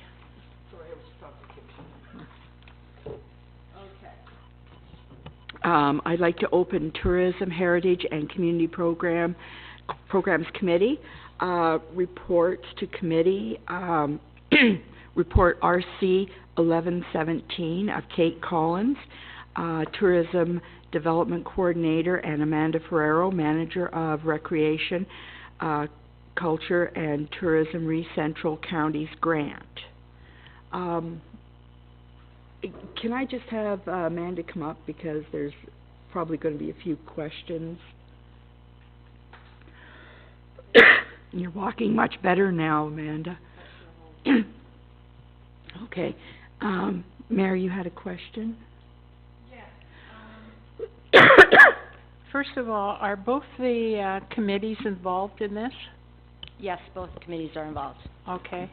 And also, I have a book, and I don't know how many of you have seen this book, but this is Historical Homes, and it's Uxbridge and Scugog. It was one my brother did with Paul Arcules from Fort Perry back in 2005. But there's homes in this book as well that maybe you should have a look at.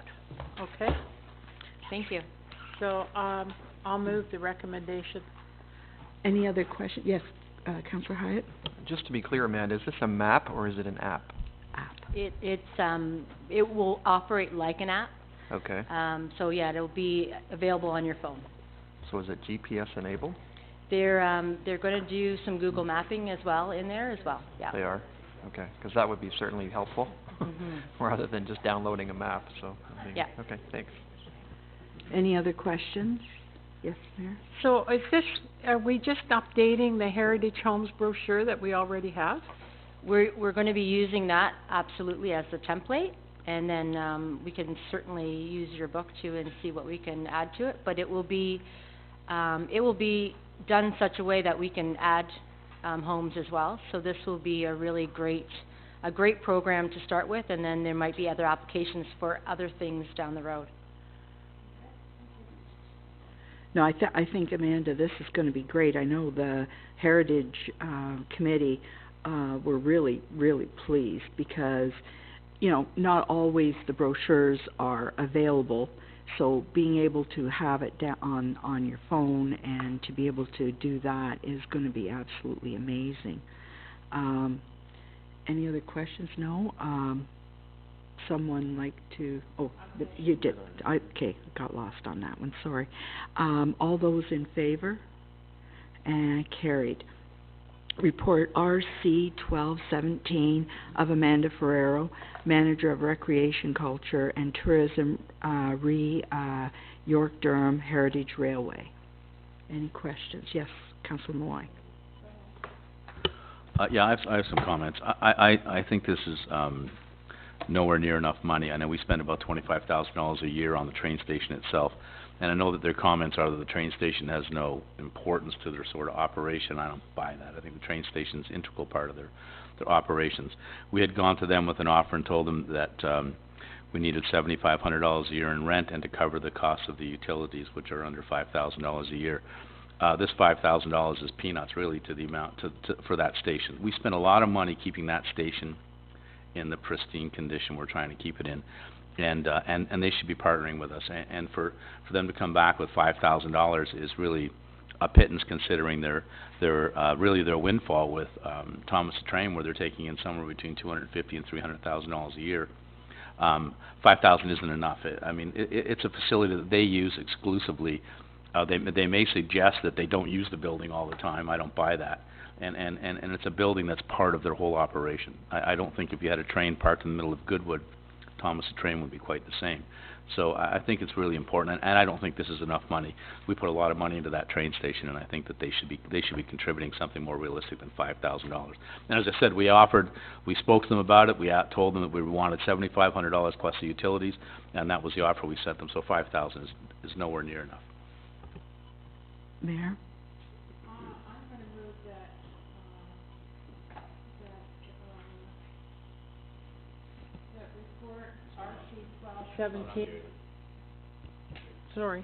That report RC 1217 be received for information, and that the committee enter into an agreement with the York Durham Heritage Railway for the lease of the train station for a period of 5 years at $7,500 plus utilities a year.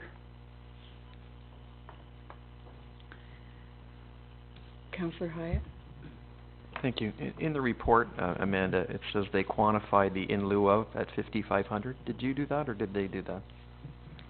They gave me the numbers, yes. Were you able to confirm that, or is it just a number they pulled out of the air? Or they must have substantiated it on something. I'm not sure what they used. Yeah, they broke it down into little pieces, and then I just put it together as one. Do you feel that that's adequate, or that it reflects what they've actually done? Last year was a very dry season, they said, and those were the costs that they incurred last year. So other years it could be more, other years it could be less. So that it wasn't a number that that there's a history with. So that was the number they spent last year. Mm-hmm. Another thing that they did mention to me was that that we've asked them to get rid of some of their stock. That was my next their train stock, and it has become a tiny bit problematic for them, in the sense that it's going to cost them money to put into those trains before they can sell them, because there are some substances that are in there that have to be removed before they can be moved. Mm-hmm. And so there are some costs to getting rid of some of the rolling stock as well. So that was just another concern that they had given me, and was another reason why they were hoping to go with the lower number. And I believe that they won't make anything from removing them at all. Did that was the information that they told me, yes. Was that rolling stock based on the fire evaluation, or was that something else? No, it wasn't based on the fire evaluation. It was based on I guess they had a substance report inside some of the actual trains. But you said they did clean up something, which they have, but I wondered, is that because of the fire code violation, or is it just something they decided to do? I believe they're two separate items because they did everything that they needed to do for the fire audit. Right, This is, them trying to get rid of some of the rolling stock, which yeah, council has asked them to do. Right, And okay. so because of that, there's things that they have to invest in order to get rid of it. So when they get rid of a train, they won't make any money off of it, that they might end up being just, just even. whatever, okay. So you're comfortable with that $5,500 then as being reflective of what they've actually done? That was a number that they were comfortable with. So if they do decide to pay whatever, 5,000 or whatever their offer is here, then they're in for 10.5. Is that what I'm seeing?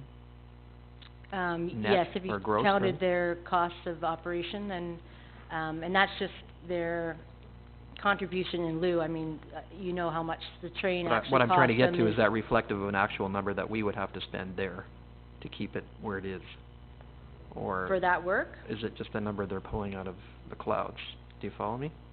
Right. Like if we had to do that upkeep, would it cost us $5,500 to do that? It would be quite close to that. We might be able to get some of the things a little cheaper if we contracted it out, but it wouldn't be substantially cheaper than that.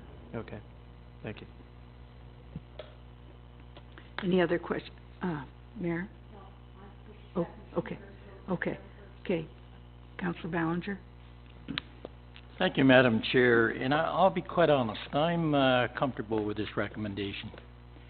I look at those people as volunteers. I see that train station and the trains in Uxbridge as a very, very positive thing. The hours that they're put in, a non-profit group, they've been asked to clean up the yard. If you go down the yard and look at it now, they have been working down there to clean it up. So I look at it, if they weren't there, we'd still have to put money into that train station and keep it up. So when I see people volunteer and putting time out there, I say to myself, you know what, good for them. They've done a good job.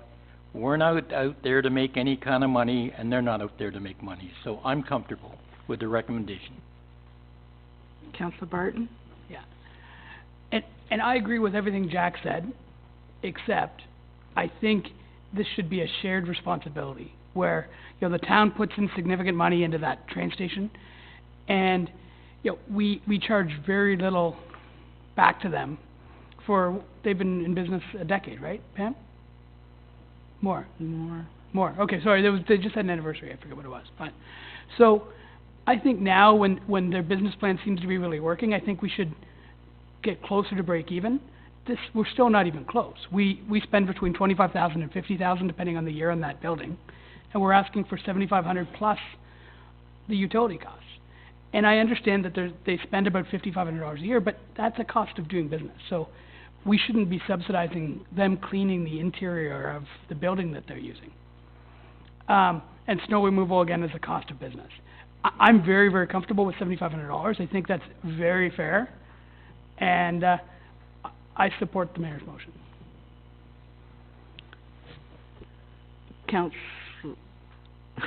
Brian, nice to meet you. Always a pleasure, It was Councillor just B. Yeah, there's too many B's over here, right? Yeah, I agree with the mayor on the $7,500. I think that's fair, and I agree with certainly all the points that everybody said. I think at the end of the day, the issue comes, it is the cost of doing business, absolutely. And if they want to use our train station as their focal point, well, there's a cost inherent in that. So I appreciate the fact they're cutting grass. I appreciate all that stuff.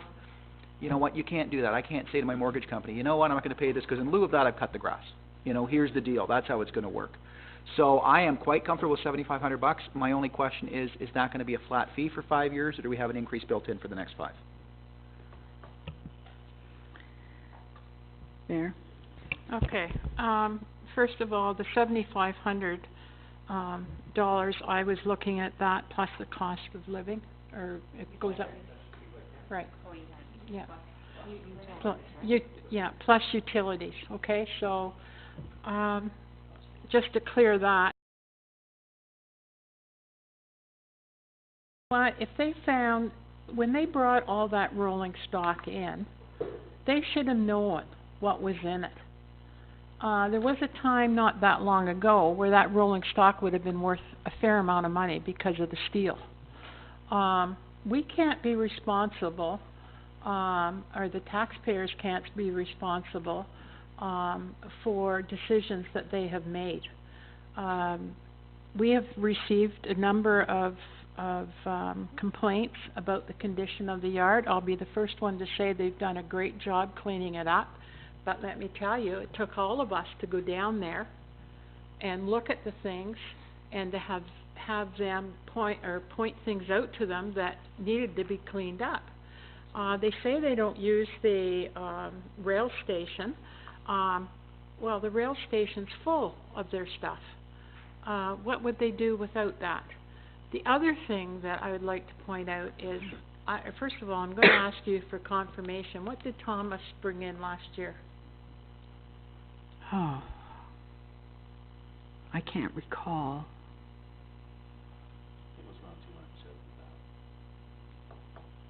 I honestly, I can't just recall at the moment. Well, so are we looking at 200,000 plus? For a non-profit organization to bring in $200,000, I think it's phenomenal, and, you know, great for them.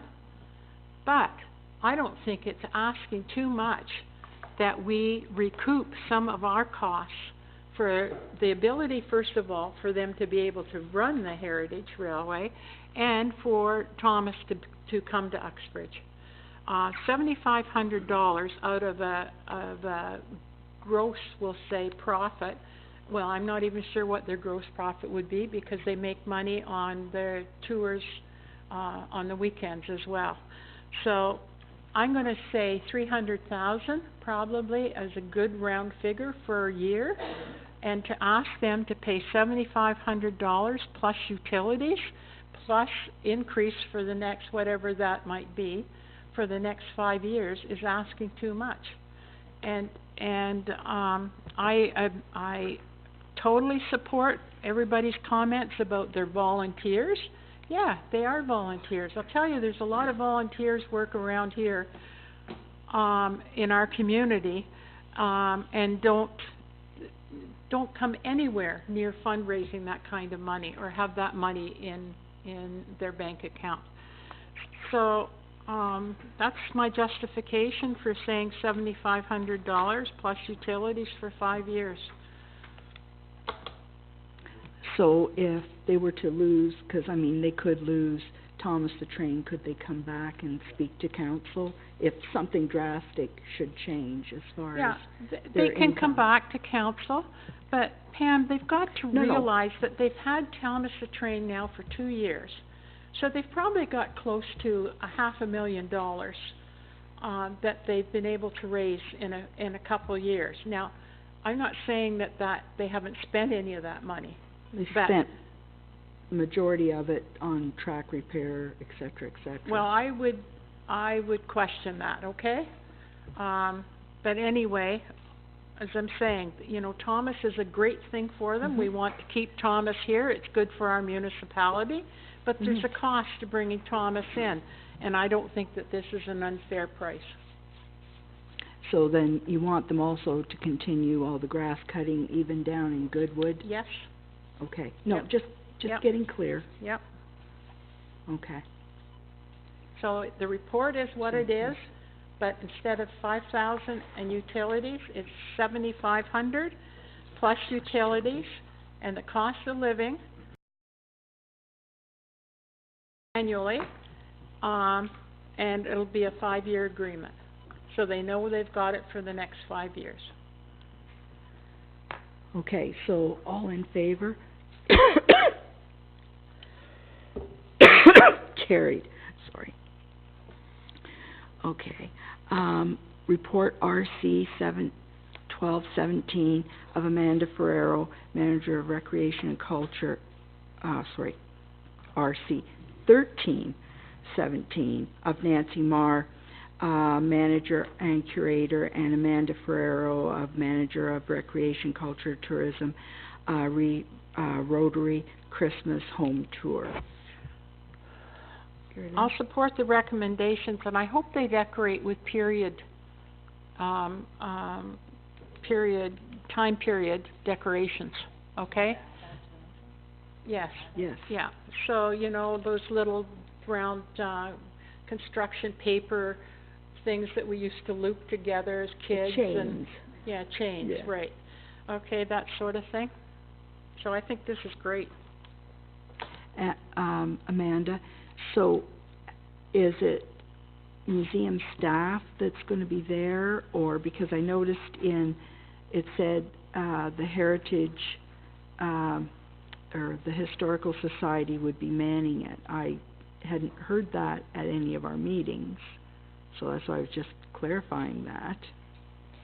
Yes, so Brad Buss was the original contact for, this agreement, and, he is committed to the Historical Society, to be there for this tour.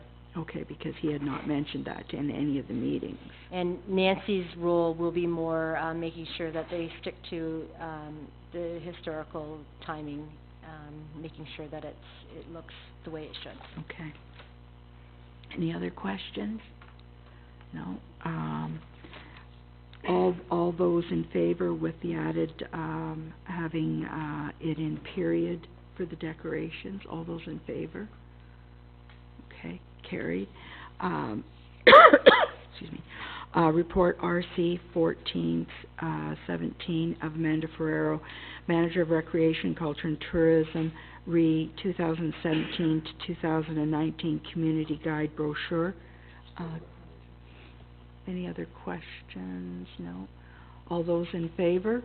Okay, carried. Okay, report RC 17 of Nancy Marr, Manager, excuse me, and Curator, Amanda Ferrero, Manager of Recreation, Culture, Tourism, Re-Heritage Challenge Car Rally. Any questions? Support the recommendation. Okay, all those in favor? Carried. Okay. Any unfinished business? Any other business? Okay, okay. Unfinished business, any other business? Okay. Anything from the press? As Roger is enjoying the cupcakes. Is it good, Roger? Yeah. Okay, I'll skip to Moira. Do you want, is there anything? Okay. Is there anything, Roger? Anything from the audience? Okay. I close, excuse me, tourism, heritage, and community programs, and pass it on to Parks, Facilities, and Arenas, Councillor Ballinger. Thank you, Councillor Beach. Parks, Facilities, and Arena. Any unfinished business? Any other business? I have two things then. The first one is in regards to the Vimy saplings. That application is going in this week, hopefully this afternoon.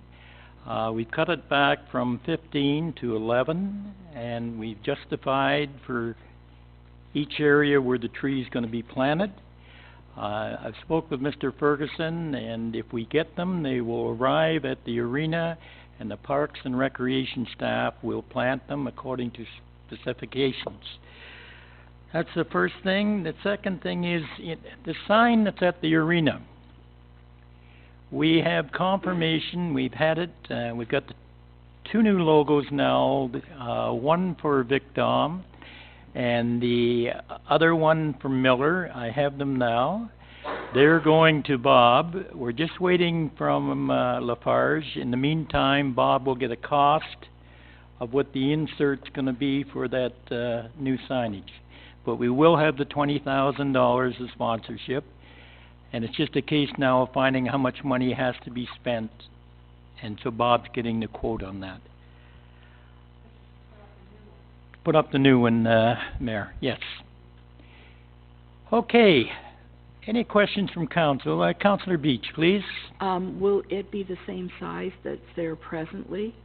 That is correct. And the technology, of course, will be more updated. That I don't want to say until we get the quotes back on what Bob's looking for. Okay, thank you. Okay. Any other questions from council? Okay, I'll now turn it towards the press. Any questions from the press? Yes, Councillor, just one question regarding the arena. Just wondering, when is the splash pad supposed to be opened? You know, Roger, it's funny that you answered that you asked that question, because, you know, last year when they were doing composting, I won't forget this, out there, some people had come over from Port Perry, and they were really, really upset. Actually, one of the guys from Durham Region Company said, Jack, this lady, she's really upset the splash pad isn't open. So I went and spoke to her. And I said, where are you from? And she said, Port Perry. Well, I said, is Port Perry's open? Well, I don't know. I would come over to Uxbridge. Uxbridge is where I want to come. So I'm talking with Mr. Ferguson. They wait for the good weather. You know, it would be nice to get it open in the first couple of weeks in June, but it's going to depend on weather. Okay? Any questions from the audience? Okay. I will now pass this on to Councillor Barton for Sustainability, Watershed and Conservation. Okay, I will open Sustainability, Watershed and Conservation. I'm going to start with correspondence number 109. This is from the Ministry of Natural Resources and Forestry. Notification of Environmental Registry posting regarding the proposed outcome of the Conservation Authorities Act review. Yes, Gary Glenn? I'd like everybody to make note of point 5, modernizing funding mechanisms. Guess what that is? Downloading. So, it'll be interesting. I mean, they just don't get it, that there's no money here anymore. And that'll be an interesting one when it comes up. You know, strengthening oversight and accountability. Like, we have got so much accountability now, and if the other 2 levels of government were as accountable as we are, they wouldn't be in the mess they're in. Increasing clarity and consistency in programs and service. I totally support that, because they've got things that contradict each other in their own legislation. Increasing clarity and consistency in regulatory requirements for the same reason. And improving collaboration and engagement. We have all kinds of that. So, you know, to me this is a waste of piece of paper. But the one that I really stood out for me was modernizing funding mechanisms. Like, if that means more money's going to be coming from us, well, I don't know where they're going to find it. I'll receive it for information. Okay, Councillor Malloy? Just a couple things between this one and the other. I think Bill 68, at least one good thing about it, in my opinion, is that a conservation, well, Lake Simcoe, for example, is like 3,000 square kilometers around that we're involved with, or in their jurisdiction. And what's amazing is they don't have any teeth in any of the rules. In some of this new legislation, they are going to be able to provide cease and desist orders, which may help us substantially with some of the fill problems we've had around. So, outside of some of these issues that Mayor O'Connor referred to, there actually might be a couple of good things in some of this legislation. Okay, any other comments? All right, near the bottom of this, it talks about, you know, they will receive comments until June 30th. I think we should I propose we have Liz comment, and maybe a comment from the Ontario Home Builders Association on this report, and then write some documentation so we can comment on it. And certainly we should incorporate some of Gary Lynn's, or the mayor's, ideas. Yes. I'm not so sure this is a report. I think it's just propaganda, quite frankly. I understand, but they do want comments. So when people ask for comments, I think we should give them to them. I think we have about it. Be honest here. Yeah. Look at the amount of paper. Like, I bet you there was a ton of paper went through asking us for comments. They already made up their mind. The legislation is already there.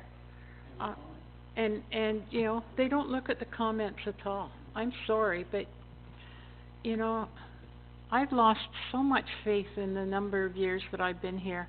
The last few years have been awful for this sort of thing. We can spend time and send in our comments, but I'll guarantee it's not going to make one iota of difference.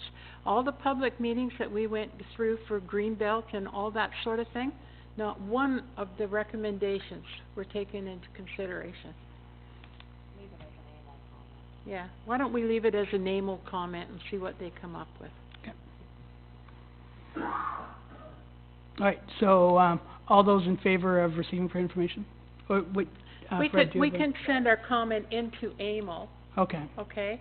And then they'll take that, AMO will take that into consideration when they report to the provincial government. And that way it's everybody's, all municipalities' comments that they'll have at their disposal then, okay. okay? so are we submitting comments? We'll submit our comments to AMO, Okay, okay? so, the mayor's, motion is to receive and submit comments to AMO. All those in favor? Okay, that's carried. Okay, any unfinished business? Any other business? Questions from the press? All right, and from the crowd? All right, I'm gonna close this meeting. It's kinda wishful thinking. Sustainability, watershed, and conservation, and I'm gonna pass this off to Councillor Fred Bryan for Public Works. Thank you, Councillor. I call to order this meeting of Public Works and Operations. First item is an item of correspondence, 110, Maggie and Drew Ferraro, request for road closure of Concession 7 from Bell Street to Regional Road 21 and Brookdale Road from Concession 7 to Foxfire Estates to host the Terry Fox Run. Questions, concerns, comments? First up is Councillor Hyatt. I'll support, A little slow over there, Councillor Malloy. I'll support the event. It's a great thing we have every year, and I participate, and my family does too, so it's a wonderful thing. Terry Fox Run is the one that's kind of stands above the others. I know there's a run for and walk for just about everything from soup to nuts these days, but to me it's still close to my heart, and it's one that I participate in every year. Very good. Councillor Beach, do you have a comment as well?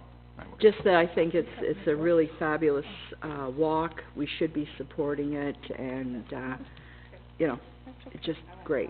So hence the motion that Councillor Hyatt said. Okay. Councillor Malloy?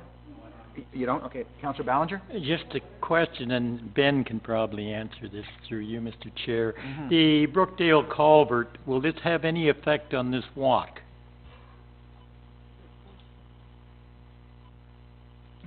They plan to start the 1st of July, and they'll be done in a month and a half, so it should be all right. Thank you. Questions or comments? All in favor of the motion? Carried. Any other business? Unfinished business? Questions from the press?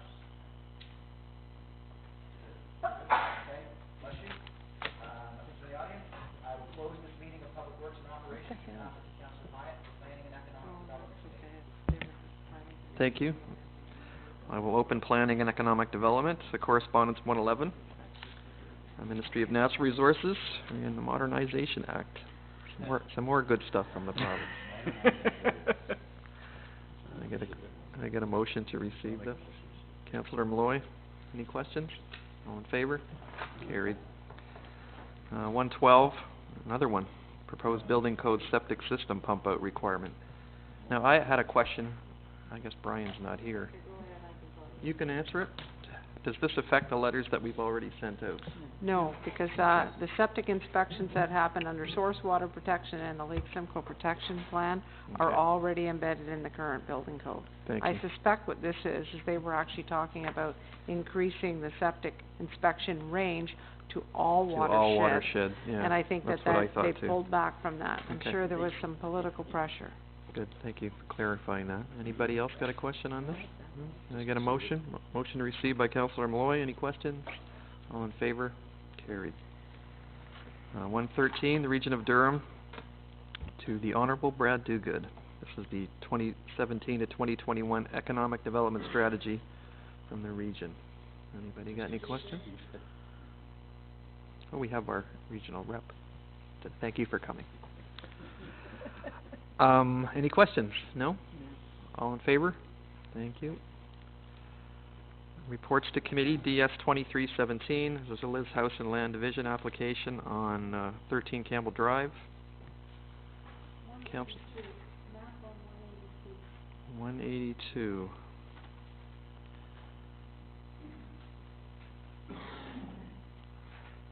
Can I get a motion to get tabs on these? Needs a notebook. Well, 182, if you look at the next, the next one is the same sort of thing. Okay? Oh, no, sorry. 182. Hang on, I'm still scrolling here. Okay? So if you look on page 182, see the dotted line? Is that the road allowance?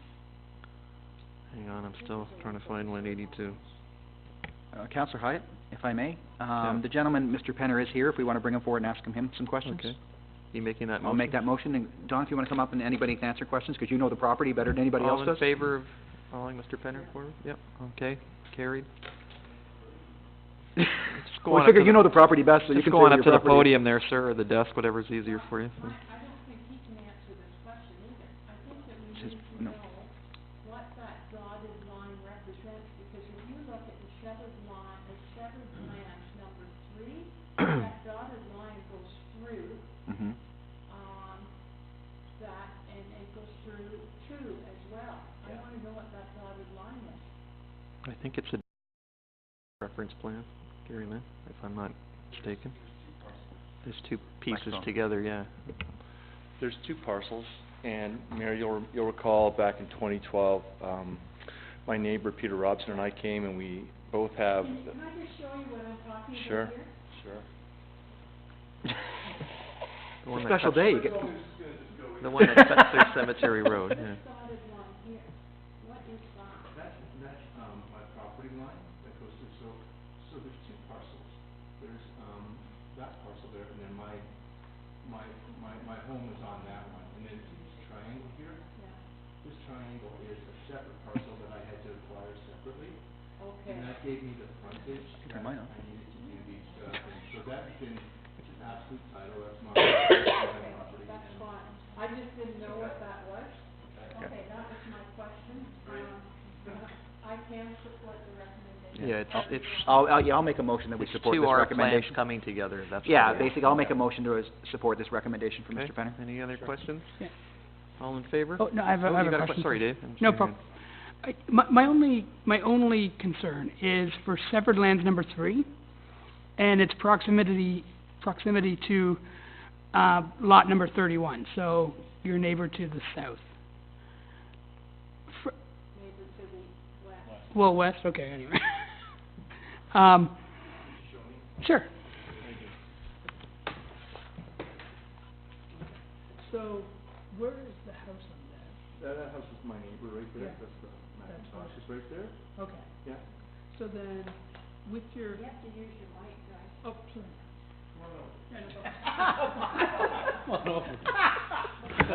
Is this okay? All right. Oh. What was above my head? Well, they won't be able to see it anyway, so just get your question in. Oh, okay, there. Stand up, will you, Dave? Wow, short jokes from Jack. All right, so, my issue is from your severed lands number 3, Yeah. and where your neighbor is here. His house is at the front next to mine, right there. Okay. Up, and he faces that way. And then this house is way down here facing that way. And is that the Middletons? Is that the... No, that's the Marlena, Okay. no. She's- Fair enough. And she's been consulted, and she has some plans someday for maybe Okay. bring that frontage into Oh, place. okay, fair enough. So, All right. so that was, yeah. That's the- Yeah, that was just my concern, is a 3-story house looking down on the other one, that's all. No, there's no, Okay, yeah, perfect, thanks. no problem. Okay, we're good? Any other questions? We have a motion from Councillor Bryan, all in favor? Carried. I just want to say that he told me I wouldn't have to say anything, but. Well, at least you didn't waste time, you know, you got here right, so. Free entertainment, that's gotta count for something, eh? It's gotta count for something. Thanks, Doc. All right, report DS 2417, this is another land division on 11-299 concession 4. That's you, Jim. Questions? Page 235. As I scroll through half of my agenda.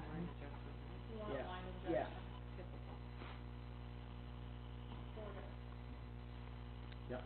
You're okay? Yeah, I'm just checking my note, that's all. I couldn't read my own note. All right, any questions? Motion from Councillor Malloy, all in favor? Carried. DS 2517, this is from Stacy. the Economic Advisory Committee work plan. Questions? Support the recommendation. Support the recommendation. Any questions? Dave? I'm talking too much, but, Stacy, do you want to come on up if do you have a question for Stacy? well, just a comment on, maybe a recommendation. She's staff, so we don't Okay. have to make a motion. Okay. Come So, on up.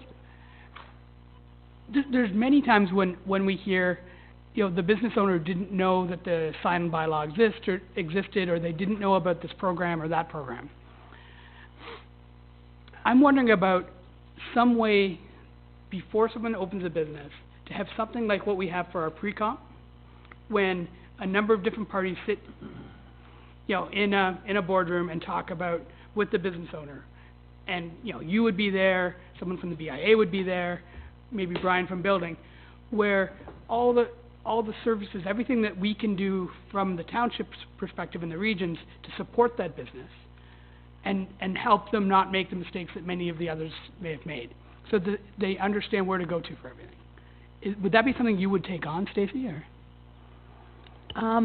So we have discussed a lot in the EDAC meetings about new business openings and how to support them better. So one of our action items for this year is to develop a better protocol for handling new business inquiries. So like you're saying, even before they open. So Colleen and I have actually got together a couple times and tried to lay out a bit of protocol. Nothing's been finalized yet, but I think in my mind that it's just hard to kind of, unless the business approaches us, it's hard for us to know that they have to essentially reach out to us, has to be the first step, right? Or how do we know about them, essentially? So that's kind of the first step. But we've put together a couple packages, and we have the business ambassador program. So there are lots of things in place already to support new business programs. It's just, I think, utilizing them a little bit more effectively.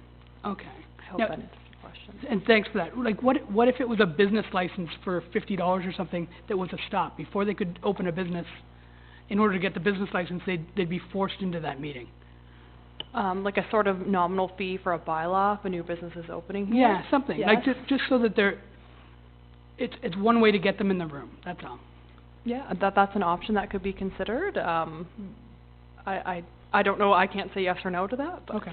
Yeah, Okay, just definitely something an to think idea about. out there, for sure. Yeah, Thank you. I know our EDAC has discussed doing what they do in Brock. They do a red wagon thing, which is like a welcome wagon. So when a new business opens, they bring a couple of counselors and a BIA person and whoever else, and they sort of welcome them to the community. So we're looking at doing that, and I think we should. It's probably long overdue for us. The issue, Dave, is finding the person. Unless you see the sign or the doors open, there's no triggering mechanism with the township to let us know that these things, unless it goes through planning, that we even know that they exist until you happen to walk by and say, hey, there's a new sign or whatever, right? So, and unfortunately, you're right. There is no mechanism there to identify an up-and-coming business unless they come to us and say, you know, I need a new sign bylaw or permit or something like that, which would trigger us knowing about it. Otherwise, it's kind of a secret agent kind of thing. All of a sudden, well, why hasn't nobody visited me?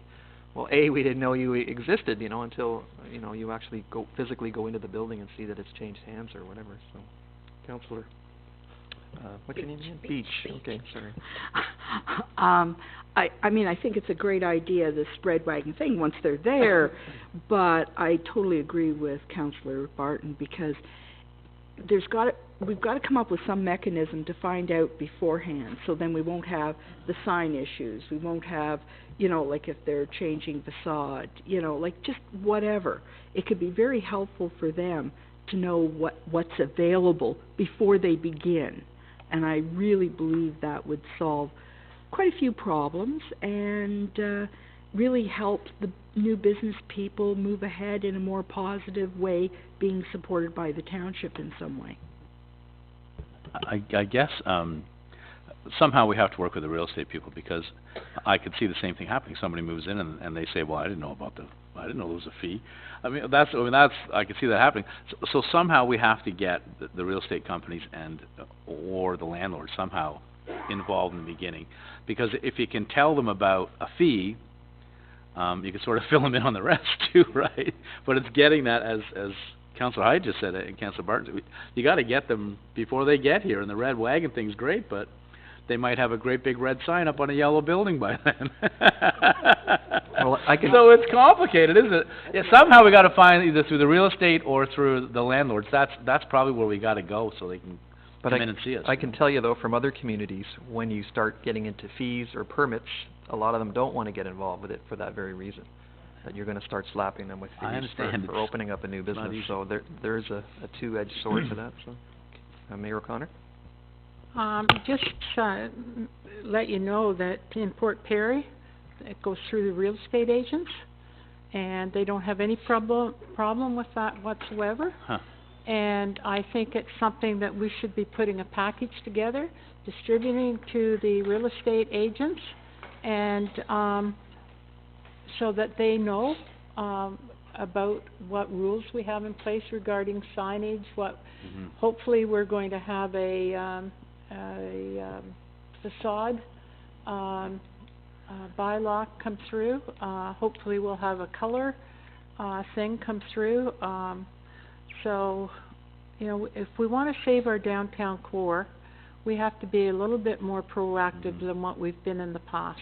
No question. And I'm not pointing fingers at anybody. It starts here, so we can blame ourselves for some of the stuff that's gone on. But I think now is the time to, start working on it and preserving what we've got and make sure it stays there. We have a community improvement plan, as you know, for the downtown Yeah. and for Toronto Street. It's just But getting... I think a lot of people don't know that we've got it. Well, in past years, we created it for, you know, certain things. Maybe we're our own best secret agent on some of it, and some of that does speak to facade improvement, and, it's based on a loan system, and we've talked about maybe doing a grant system in addition to that, so it's something I think we seriously need to look at, so. Councilor Beach, anybody else before she comes back? Go ahead. No? Okay. I totally agree with what the mayor said. The Heritage Committee in the past have sent,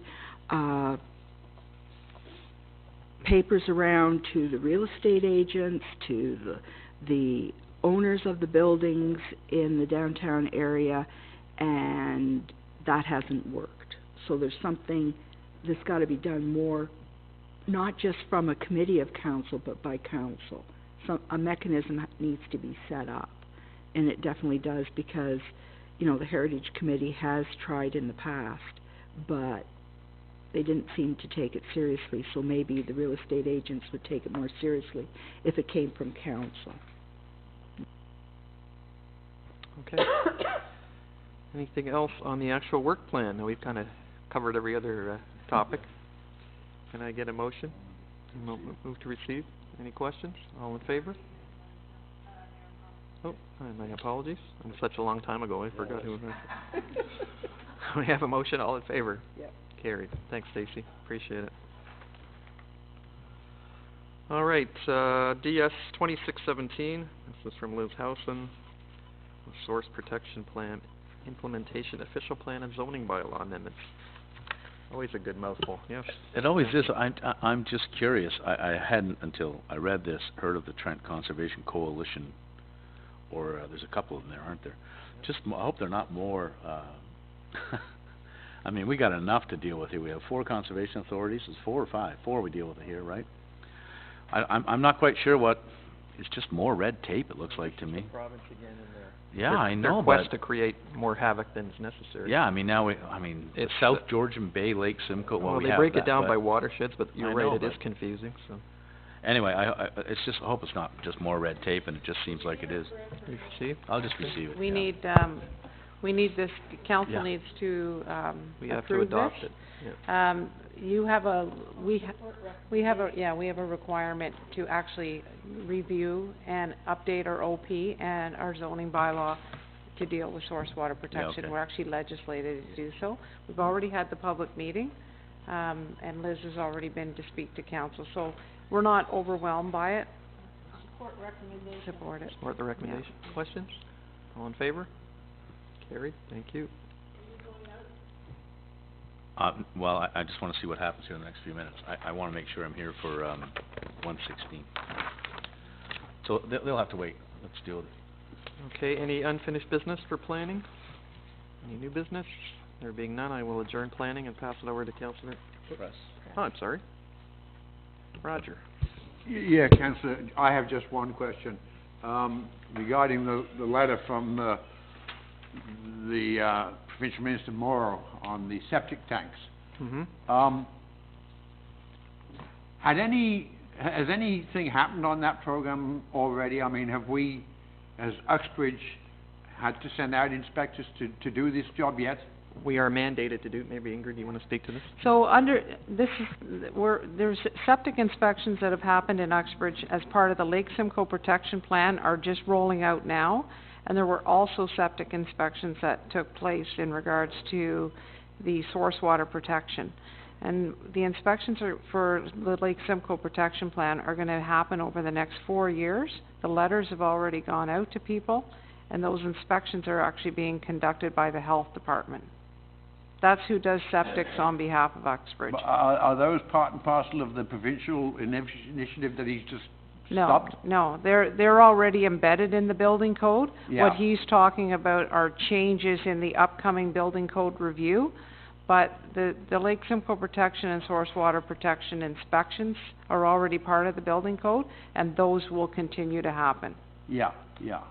But, I mean, I've had people come up and complain Yeah. about this to me, Yeah. and I'm sure you guys have too. I was just wondering, has this program that he's It's not cancelled, has gonna it already make- cost us any money? Pardon me? The program that this minister has now cancelled, Well, has it cost us or any of the taxpayers' money already? He's not canceling something that's already in place. Yeah. And so what he's talking about is future. It's not gonna make any change for Uxbridge. The inspections we have to do now, we're gonna still need to do. Okay, thank you. Okay. Moya, anything? No? You're good? Okay, I will pass it to Mayor O'Connor for admin.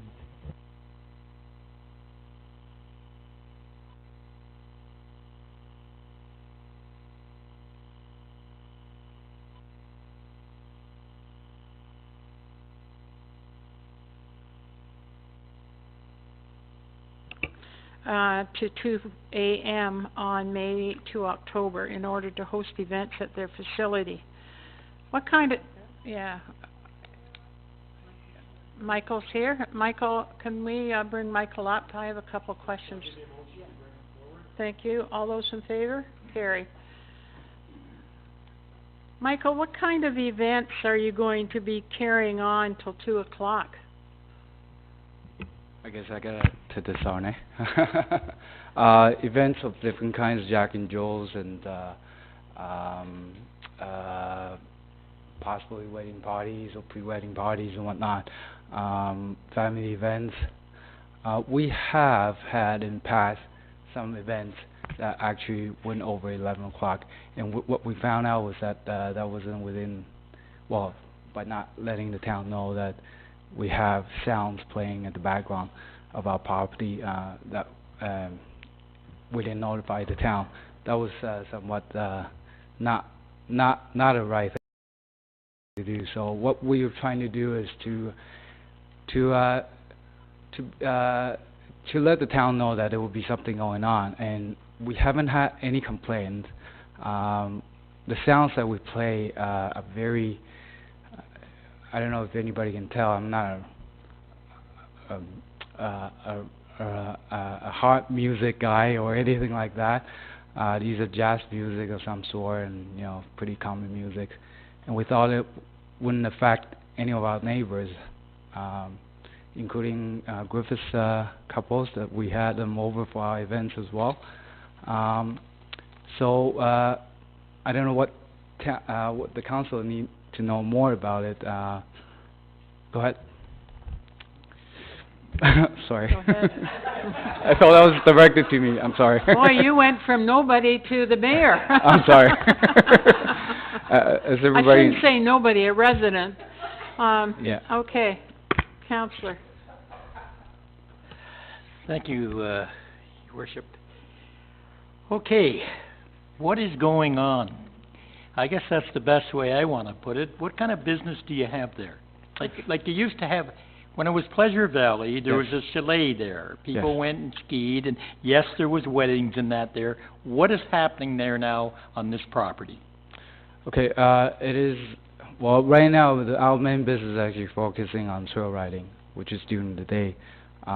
We do allow some of the events happening during the day as well, incorporation of our existing business activities, such as trail rides and lessons and whatnot, corporate events of some sort.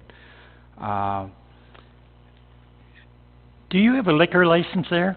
We don't have a liquor license. We do not allow that unless the clients request it through the SOP, special occasion permit. Yeah. I just have a hard job understanding what would be going on at 2 o'clock in the morning.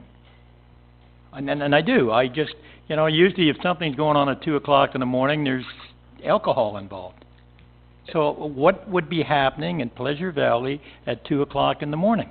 Yeah, just a minute though, Jack. The liquor permit allows till 2 o'clock. I understand that. I used to apply for them all the time, the special occasion permit. When I read this, I didn't even know there was a business there. I thought the chalet was now a home. So I'm sorry, but I guess I don't have enough information for me. I think that's part of the reason I'm here for. I mean, I think Pleasure Valley been existing for a while, and we took over Pleasure Valley since 2014, and we actually don't know what the town is in favor of tourism or not. I think I approached Councilor Beach earlier on. She invited me to the tourism meeting, which I was there as well. And I have a good feeling about the town encouraging such business for going forward. Now, we are new to the town, for one thing. There's a lot of regulation that we are not totally familiar with and whatnot, but we're trying to get ourselves into it. And what we are asking here is a chance for the town to understand, to allow us to try things that may have exist prior to us, and we would like to see if there's a possibility of going forward. You see, my understanding is the town is trying to grow and grows in terms of job opportunities and whatnot. And I think we're in a great position of encouraging that from happening by having the proper permissions from the towns and councilors and whatnot. Again, I don't do this all day, and so I don't know what's the ins and outs and legalities of all this. I like to make myself available for questions.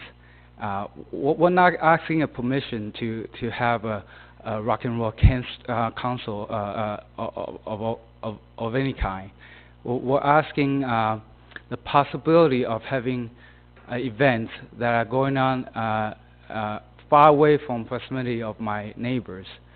I think what he's asking is he has the chalet there. He's purchased it, and he's purchased the property of Pleasure Valley. Okay, and he's asking that they host facilities, or they host events like they used to.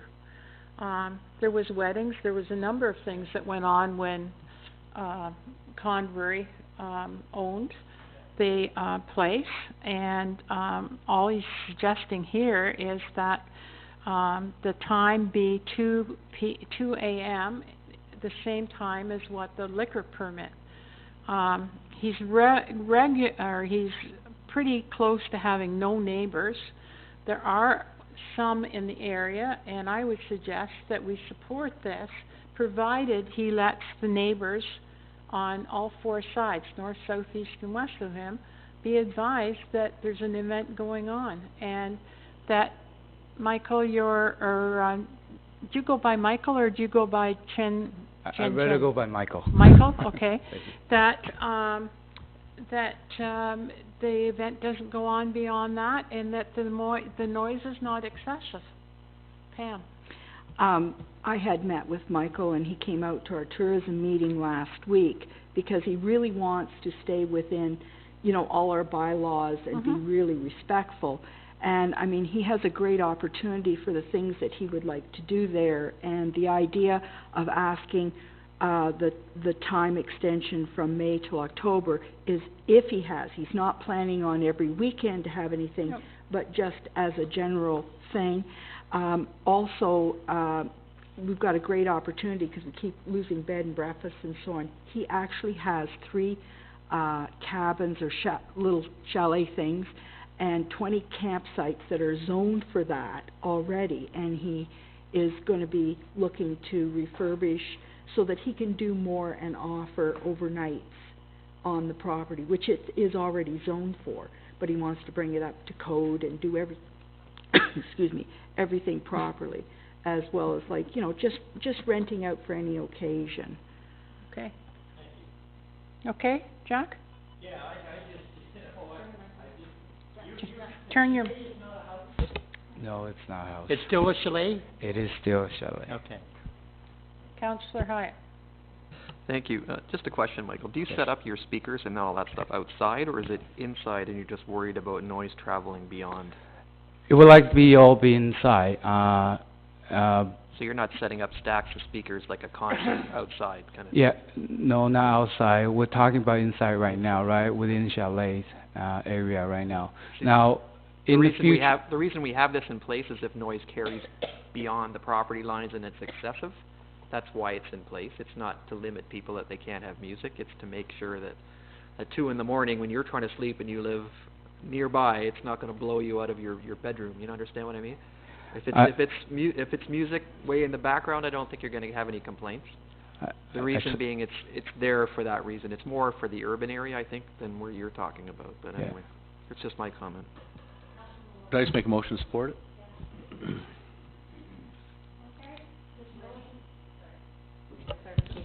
Through you, Madam Chair, just, so we're supporting the request for the exemption, from, May to October, and also, are we going to ask that they notify the neighbors of every event?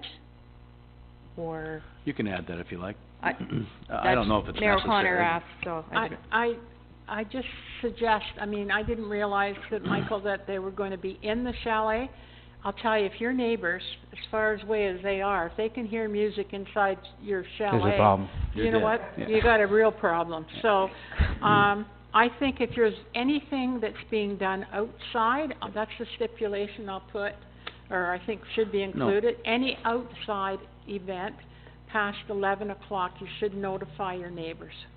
So if there's anything going on outside, okay, notify your neighbors. If it's just in the chalet, then they don't need to be notified. And I'm fine with that. Okay? Sure. So that was his motion. Okay? All those in favor? Carried. Thank okay, you. Michael, thank you you for coming in, and we wish you all the best. Thank you. 115 is from Leslie Wilkins, regarding the studio tour. She's requesting exemption to the municipal sign bylaw with request to signage, advertising the Uxbridge tour. Councillor. I'd like to move to support it, Mayor O'Connor. Yeah, okay. All those in favor? Oh, go ahead. Just one comment. I think we should send something back to her to let her know that the 17th is the Terry Fox run, and part of that road is going to be closed, because she said she's going to put her signs up the week before, just so she's aware of that. That's fine. Okay, that's good. Thank you. All those in favor? Carried. Can I just ask, is she advertising on the Walmart sign as well?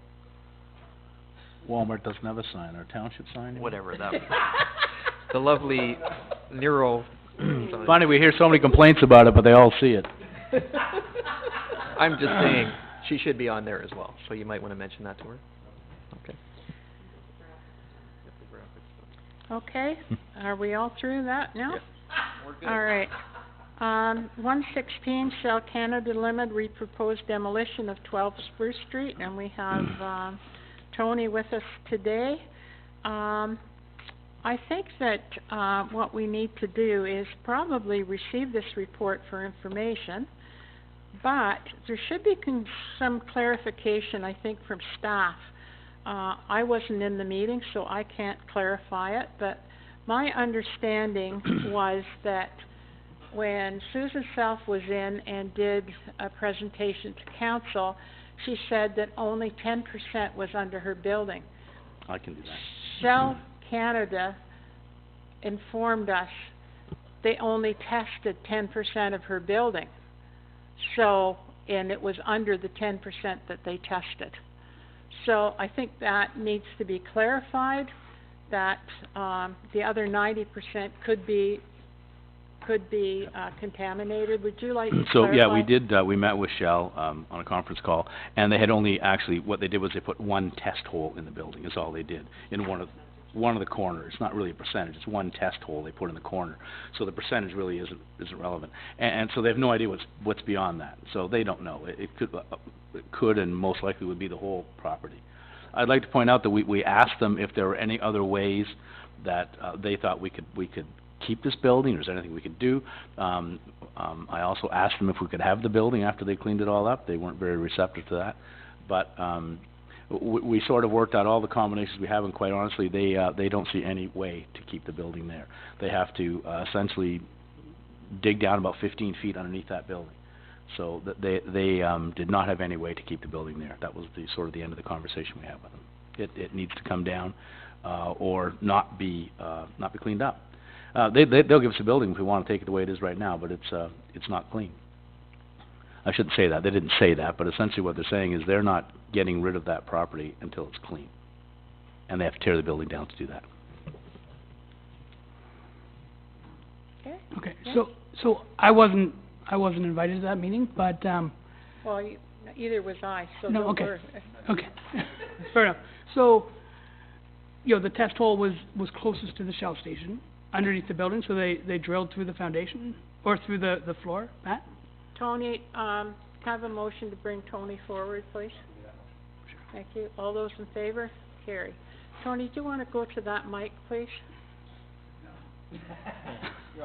You're the fittest guy in the room, Tony. Okay. So, the question was? Mike. The question is, there's only been one test hole under that building so far? Done? And to my knowledge, there's only been one test hole drilled inside the building. Okay. There's been half a dozen test holes drilled outside the building. If this is the building and my station is here, Yeah. they've drilled here, they drilled here, and here, and one through. And there's contamination behind the building, there's contamination here, and there's contamination in the hole went through the building. Okay. So and I'm not an expert on this, Yeah. but I'm You know becoming about an expert because Yeah. it's been 5 years of playing with it. Yeah. The contamination bloom, if you wish to call it, is going in a northwesterly direction and has gone under the corner of the building. Okay. How far to the north it goes, I'm not sure, but it takes in, from the pictures and the surveys I've seen, it takes in at least 25% of the corner of the building. Or it takes in a corner of the building that would represent about 25% of the surface area. Okay. Now, they're going to, when they dig down, hopefully they'll find less, but Yeah. the general consensus is they'll find more than what they've found in their delineation projects. Okay, and then the percentages, it dissipates at the further north it goes, I'm guessing? Yes. Okay, so, and have you spoken to them about different ways of getting rid of it, besides just removing the soil? Have I spoken to Yeah, Shell about to different Shell? ways Yeah. of doing it? No, I Working with haven't, contractors. because that's their department, it's their building. Yeah. I've dealt with my property, but not with Shell's. Okay, just 'cause there's, from what I understand, there's all kinds of different technologies with injectables and promoting air, which then has microorganisms that eat the fuel. And that's out there, and it's all time sensitive and dollar sensitive. Okay, They're hoping to tidy this up in 18 months to 2 years. The other technologies are leaving open holes in the ground. If you picture Manila on the south or the northwest corner of Region Road 2 and Highway 7, the old service station that was there, that ground is left open right now to breathe. There's another one in Coboconk. It's not the Shell station, it's on the east side, no, east side of Highway Yeah. 35, just south of where 48 comes in and meets 35. Yeah. It's now an open pond with culverts sticking up out of it, and they're taking the contaminant from the culverts and disposing of it. And that's been like that for 4 or 5 years now. So I think what Shell is looking at is the most quickest, or we can have another site like we have at the co-op. It's going to be bad enough as it is, seeing it the way it is. Or Fourth Avenue was another zoo. I was in the fire department when that one hit the streets, and I dealt with that for quite a while too. And they still have. I was by the other day, and I believe there's still a 45-gallon drum there that they're siphoning material off. And there's still contamination under Brock Street from that as well. Yes, right over to Pat Kerford's And house on the north side of Brock Street. So that's 15, it's easily 15 years, and they've done everything. Now they realize they should have dug it up. So 15 years of injecting, of doing all these great things, and it's still, now they're digging it out. So I think that your point was well taken, but I think that what Shell is probably, because of the experience they had, they know that this is the safest and the most expedient to work with, is to get it out.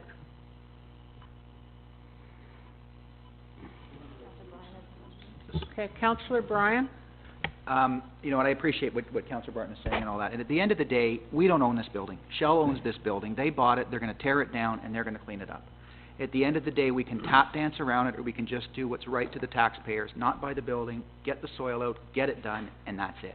I make a motion that, or certainly we receive this for information, and I'm fine with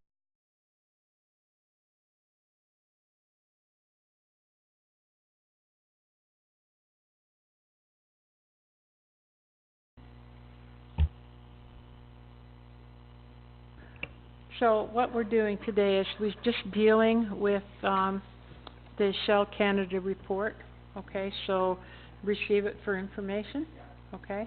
And then the actual motion will come through on the 12th, all right? Councillor Hyatt? Well, Tony's here. Can I just ask Tony, if you're the agent for them, have you been privy to see the remediation plan for the whole 2 parcels together, or are they doing them separately, or how are they approaching it? Well, the original plan was to do it all as one Do it operation. all as one? Now the glitch has come with the historic designation. They've or I've elected to go ahead with mine to Okay. try to get it done. And that's right away we're into more dollars Yeah. there as it is, because now we're going to be doing 2 operations. Well, If this I'm goes on not another a geotech engineer, but I would guess the reason they didn't drill within the building is they knew they would probably be taking it down. That's my guess. No, they did drill with inside in Yeah, the building. in the one corner you said, right? Or, Yeah. Yeah. And But I guess the remediation if you plan go around- would speak to, does it go beyond that? Like, is it migrating down the, down Spruce Street, but on the conduits for hydro, and I guess you wouldn't know that until you actually get down there and start digging it out. That's the reason Fourth Avenue was the big issue, is that Yes. the oil or whatever was migrating down the corridors of where the services are, right? So we really don't know what the potential contamination is, I guess, right? If it's contained, as you say, within a quarter of that building, then great. If not, it could be, who knows, Right, you know? it could go farther north. I'm quite certain that it doesn't go any farther east, out onto Spruce Street. onto And Spruce, okay. I think there's a little bit goes south onto Brock Street, but I don't think it's a major concern to them. Okay. I think they can extract that different ways. Was that part of their containment plan then, to deal with not just the 2 buildings, but anything They beyond they that? intend to clean up They do? the Okay. the whole mess. The whole mess, okay, great, thanks, Tony. All right, and if I sound vague, I'm not a lawyer. I'm sworn to a confidentiality agreement that you could be privy to by applying to Shell. But there's just a. In any position. Oh, I'm not in Um, any position other than in the front. I think what we just need to do with this is receive it for information, okay? Can I have a motion? Councillor Carey. I'd just like to say that, again, I'm going back to the Heritage Committee, of which I haven't attended, although I'm what do you call it? Thank you, ex officio on all committees. This is something that really interests me, and we need to do an architectural control in the Heritage District that's outlined in Uxbridge, in downtown core, and who's to say that if we get that done, get a bylaw for that done, that we can't ask for that type of building to be put up and replaced, because this is going to be an empty lot. And if Shell wants to sell it in the future, then we'll have something to be able to say, okay, we want a replica of what's there now. And it will be a lot less money to build, let me tell you, than it will be to try and move the thing up or hoist it up and do whatever.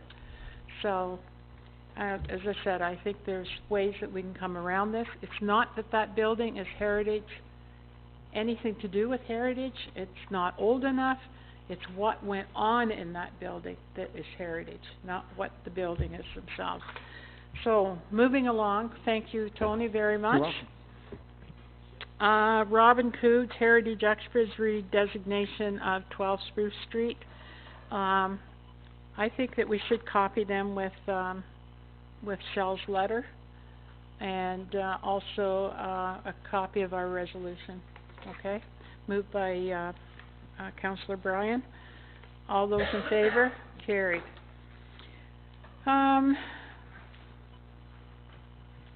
Heritage Uxbridge, again, resolution supporting the adoption of Bill C-323, an act to amend the income tax rehabilitation of historic property.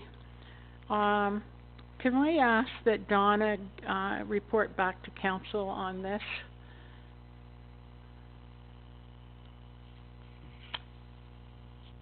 Okay. Who's making that?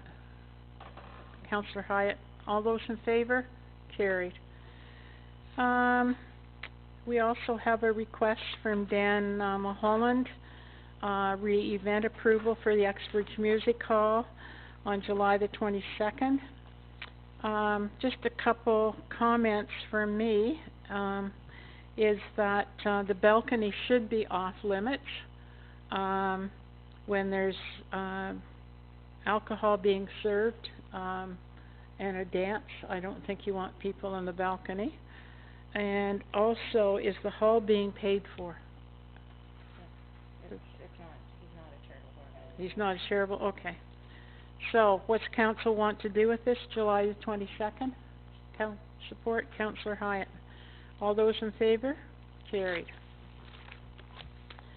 Report to committee, reports CL 2317 of Catalina Blumenberg.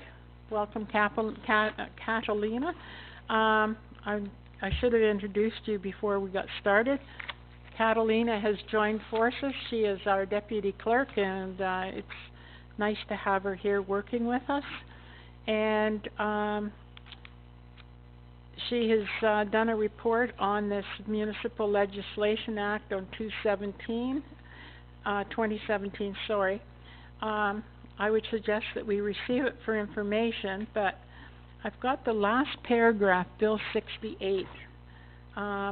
Maybe Catalina, you can, or somebody can just quickly tell us what that means. So Bill 68 actually received royal assent on May 30th, so it is officially legislation, and it has a lot of requirements that the township needs to comply with. Some of the legislation, the municipality was already on track in doing that, such as the Code of Conduct. That's now mandatory, and the township already had one.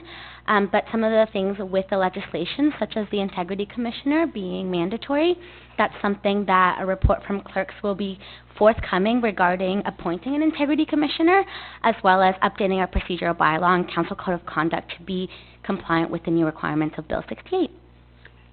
So, Catalina, does, I thought we did have an Integrity Commissioner working through the region? That report will be forthcoming June 12th, appointing the Integrity Commissioner with the region of Durham. Okay, great. Thank you very much. So we just received this then for information. Councillor Bryan, all those in favor? Carried. Any unfinished business? Other business, Transport Canada balanced approach for management of the Pickering lands under the new Pickering agriculture lease. I think we just receive it for information. It's good news as far as I'm concerned, putting that land into agriculture. Okay, moved by Councillor Barton. Are you supporting this? Yeah. All those in favor? Carried. Okay, General Purpose and Administration Committee, other business. Update on Canada Day. Are we all ready? We got the funding? Who's doing what here? So, do you want to talk about your part first? Sure. The parade is, everything's in place. The permits are all there. The barricades are there. Have the volunteers to be on each street. As I've told everyone, it's divided up into decades, and each street, the businesses and the floats that are coming in will be told what street to go to. As each section moves out, there will be a little break in between the sections. If people want to join in the parade in Canada Day, they're more than welcome. I will tell you the 1920 to 1940 is mainly military. Through Friends, we have the Jeeps coming and a Sherman tank. Through the Legions, contacted color parties coming, cadets coming. I've asked the youth that went to Europe, the Vimy, asked if they would join in the parade with their jackets on. It'll be led off by the Uxbridge Pipes and Drums. It's a great spot for them on their 50th anniversary. So that section is not entirely military, but pretty darn close to it. I have a great cooperation call from Carnarvon. I have a 19 truck, 1917 car. Have all kinds of stuff that people haven't seen in years and years and years. The Bonner boys took on the role of taking 1960 to 1980. They have all of North Beach Street will be full of things. You have floats coming in like Vicdom. Vicdom will come in with their original gravel equipment.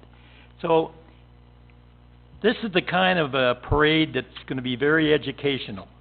And I can tell you that before Hans Frocke leaves Uxbridge, he's the Mountie that's leading the parade along with the town crier. And the very first float is Low and Low 1860. And we're going all the way back. York-Durham Railway will be putting in the Nipissing Railroad. They will be bringing in their little train with all the cars, and this should be a tremendous parade. The route is leaving from the arena and then off the 5 streets, Center Road, Balsam, South Balsam, Beach, and North Beach, and it'll come downtown heading east until we get to Main Street. They'll then turn a right and go south along the old route where Colonel Sharp used to march his people. They will then, when they come to the gates to Elgin Park, those people that have to keep going and can't stay will continue to Elgin Park Drive, and those people that can stay will go into Elgin Park Drive, left-hand turn, come around and go into the open field behind Crosby Street.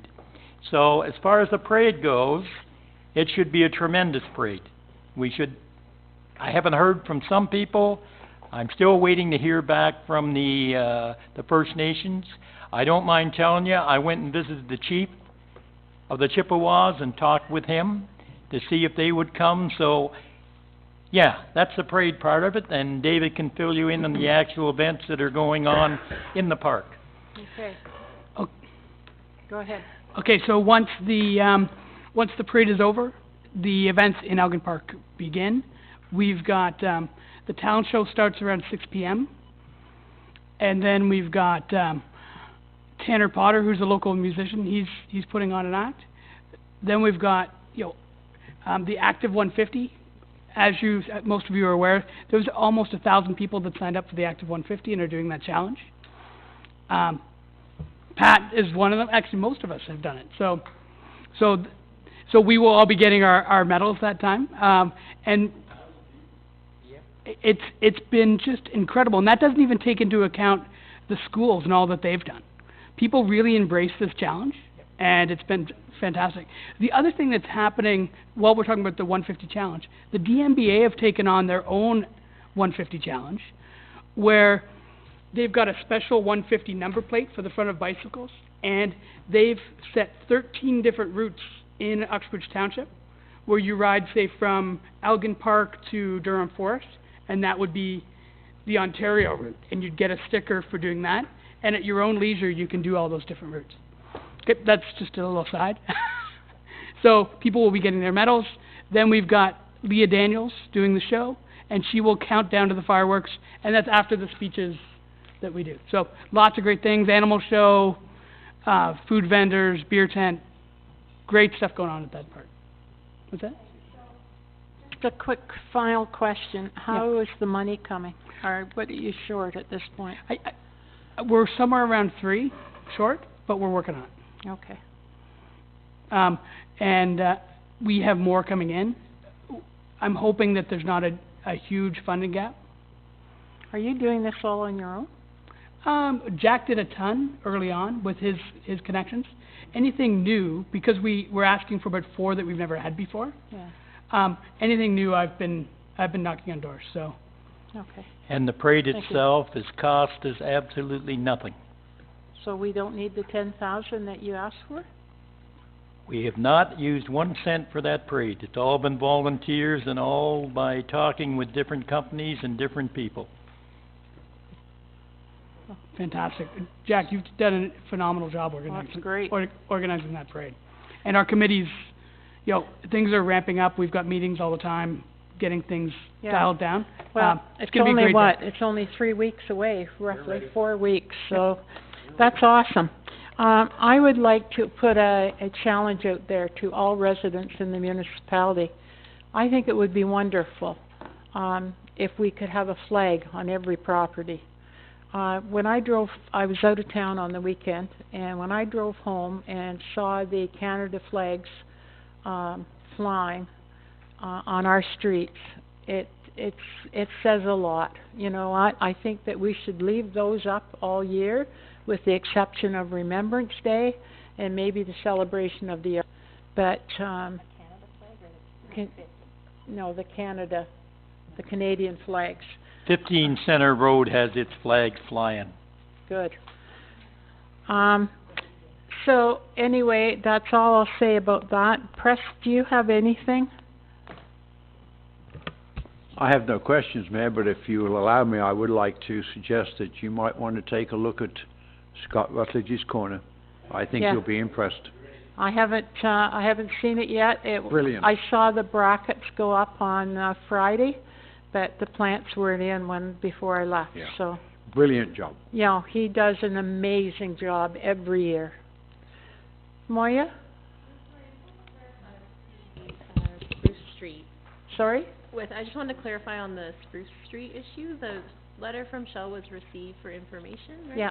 But what was the resolution? Or was there? There wasn't one. That it be received? And the one from Heritage Uxbridge, which is 117, is that we receive that as well, but give them a copy of Shell's letter to us. Okay. And so what would happen with the property on the register? Will that that would just expire? Well, there's a report coming back on next week, on Monday, for council. Okay, and then So, you'll make that. so either council, after receiving Shell's letter today, council will have to make up the decision of if they're going to lift that, or if they're going to, designate, or whether we're just going to let it go. Okay, perfect. So that'll be next week. Yeah. Okay, thank you. Okay? All right. I'm going to, Jim Waterman's retirement is now. So I will recess council until 2 o'clock, and then we come back for an in-camera, meeting relating to acquisition or disposition of land by the municipality. Okay, thank you.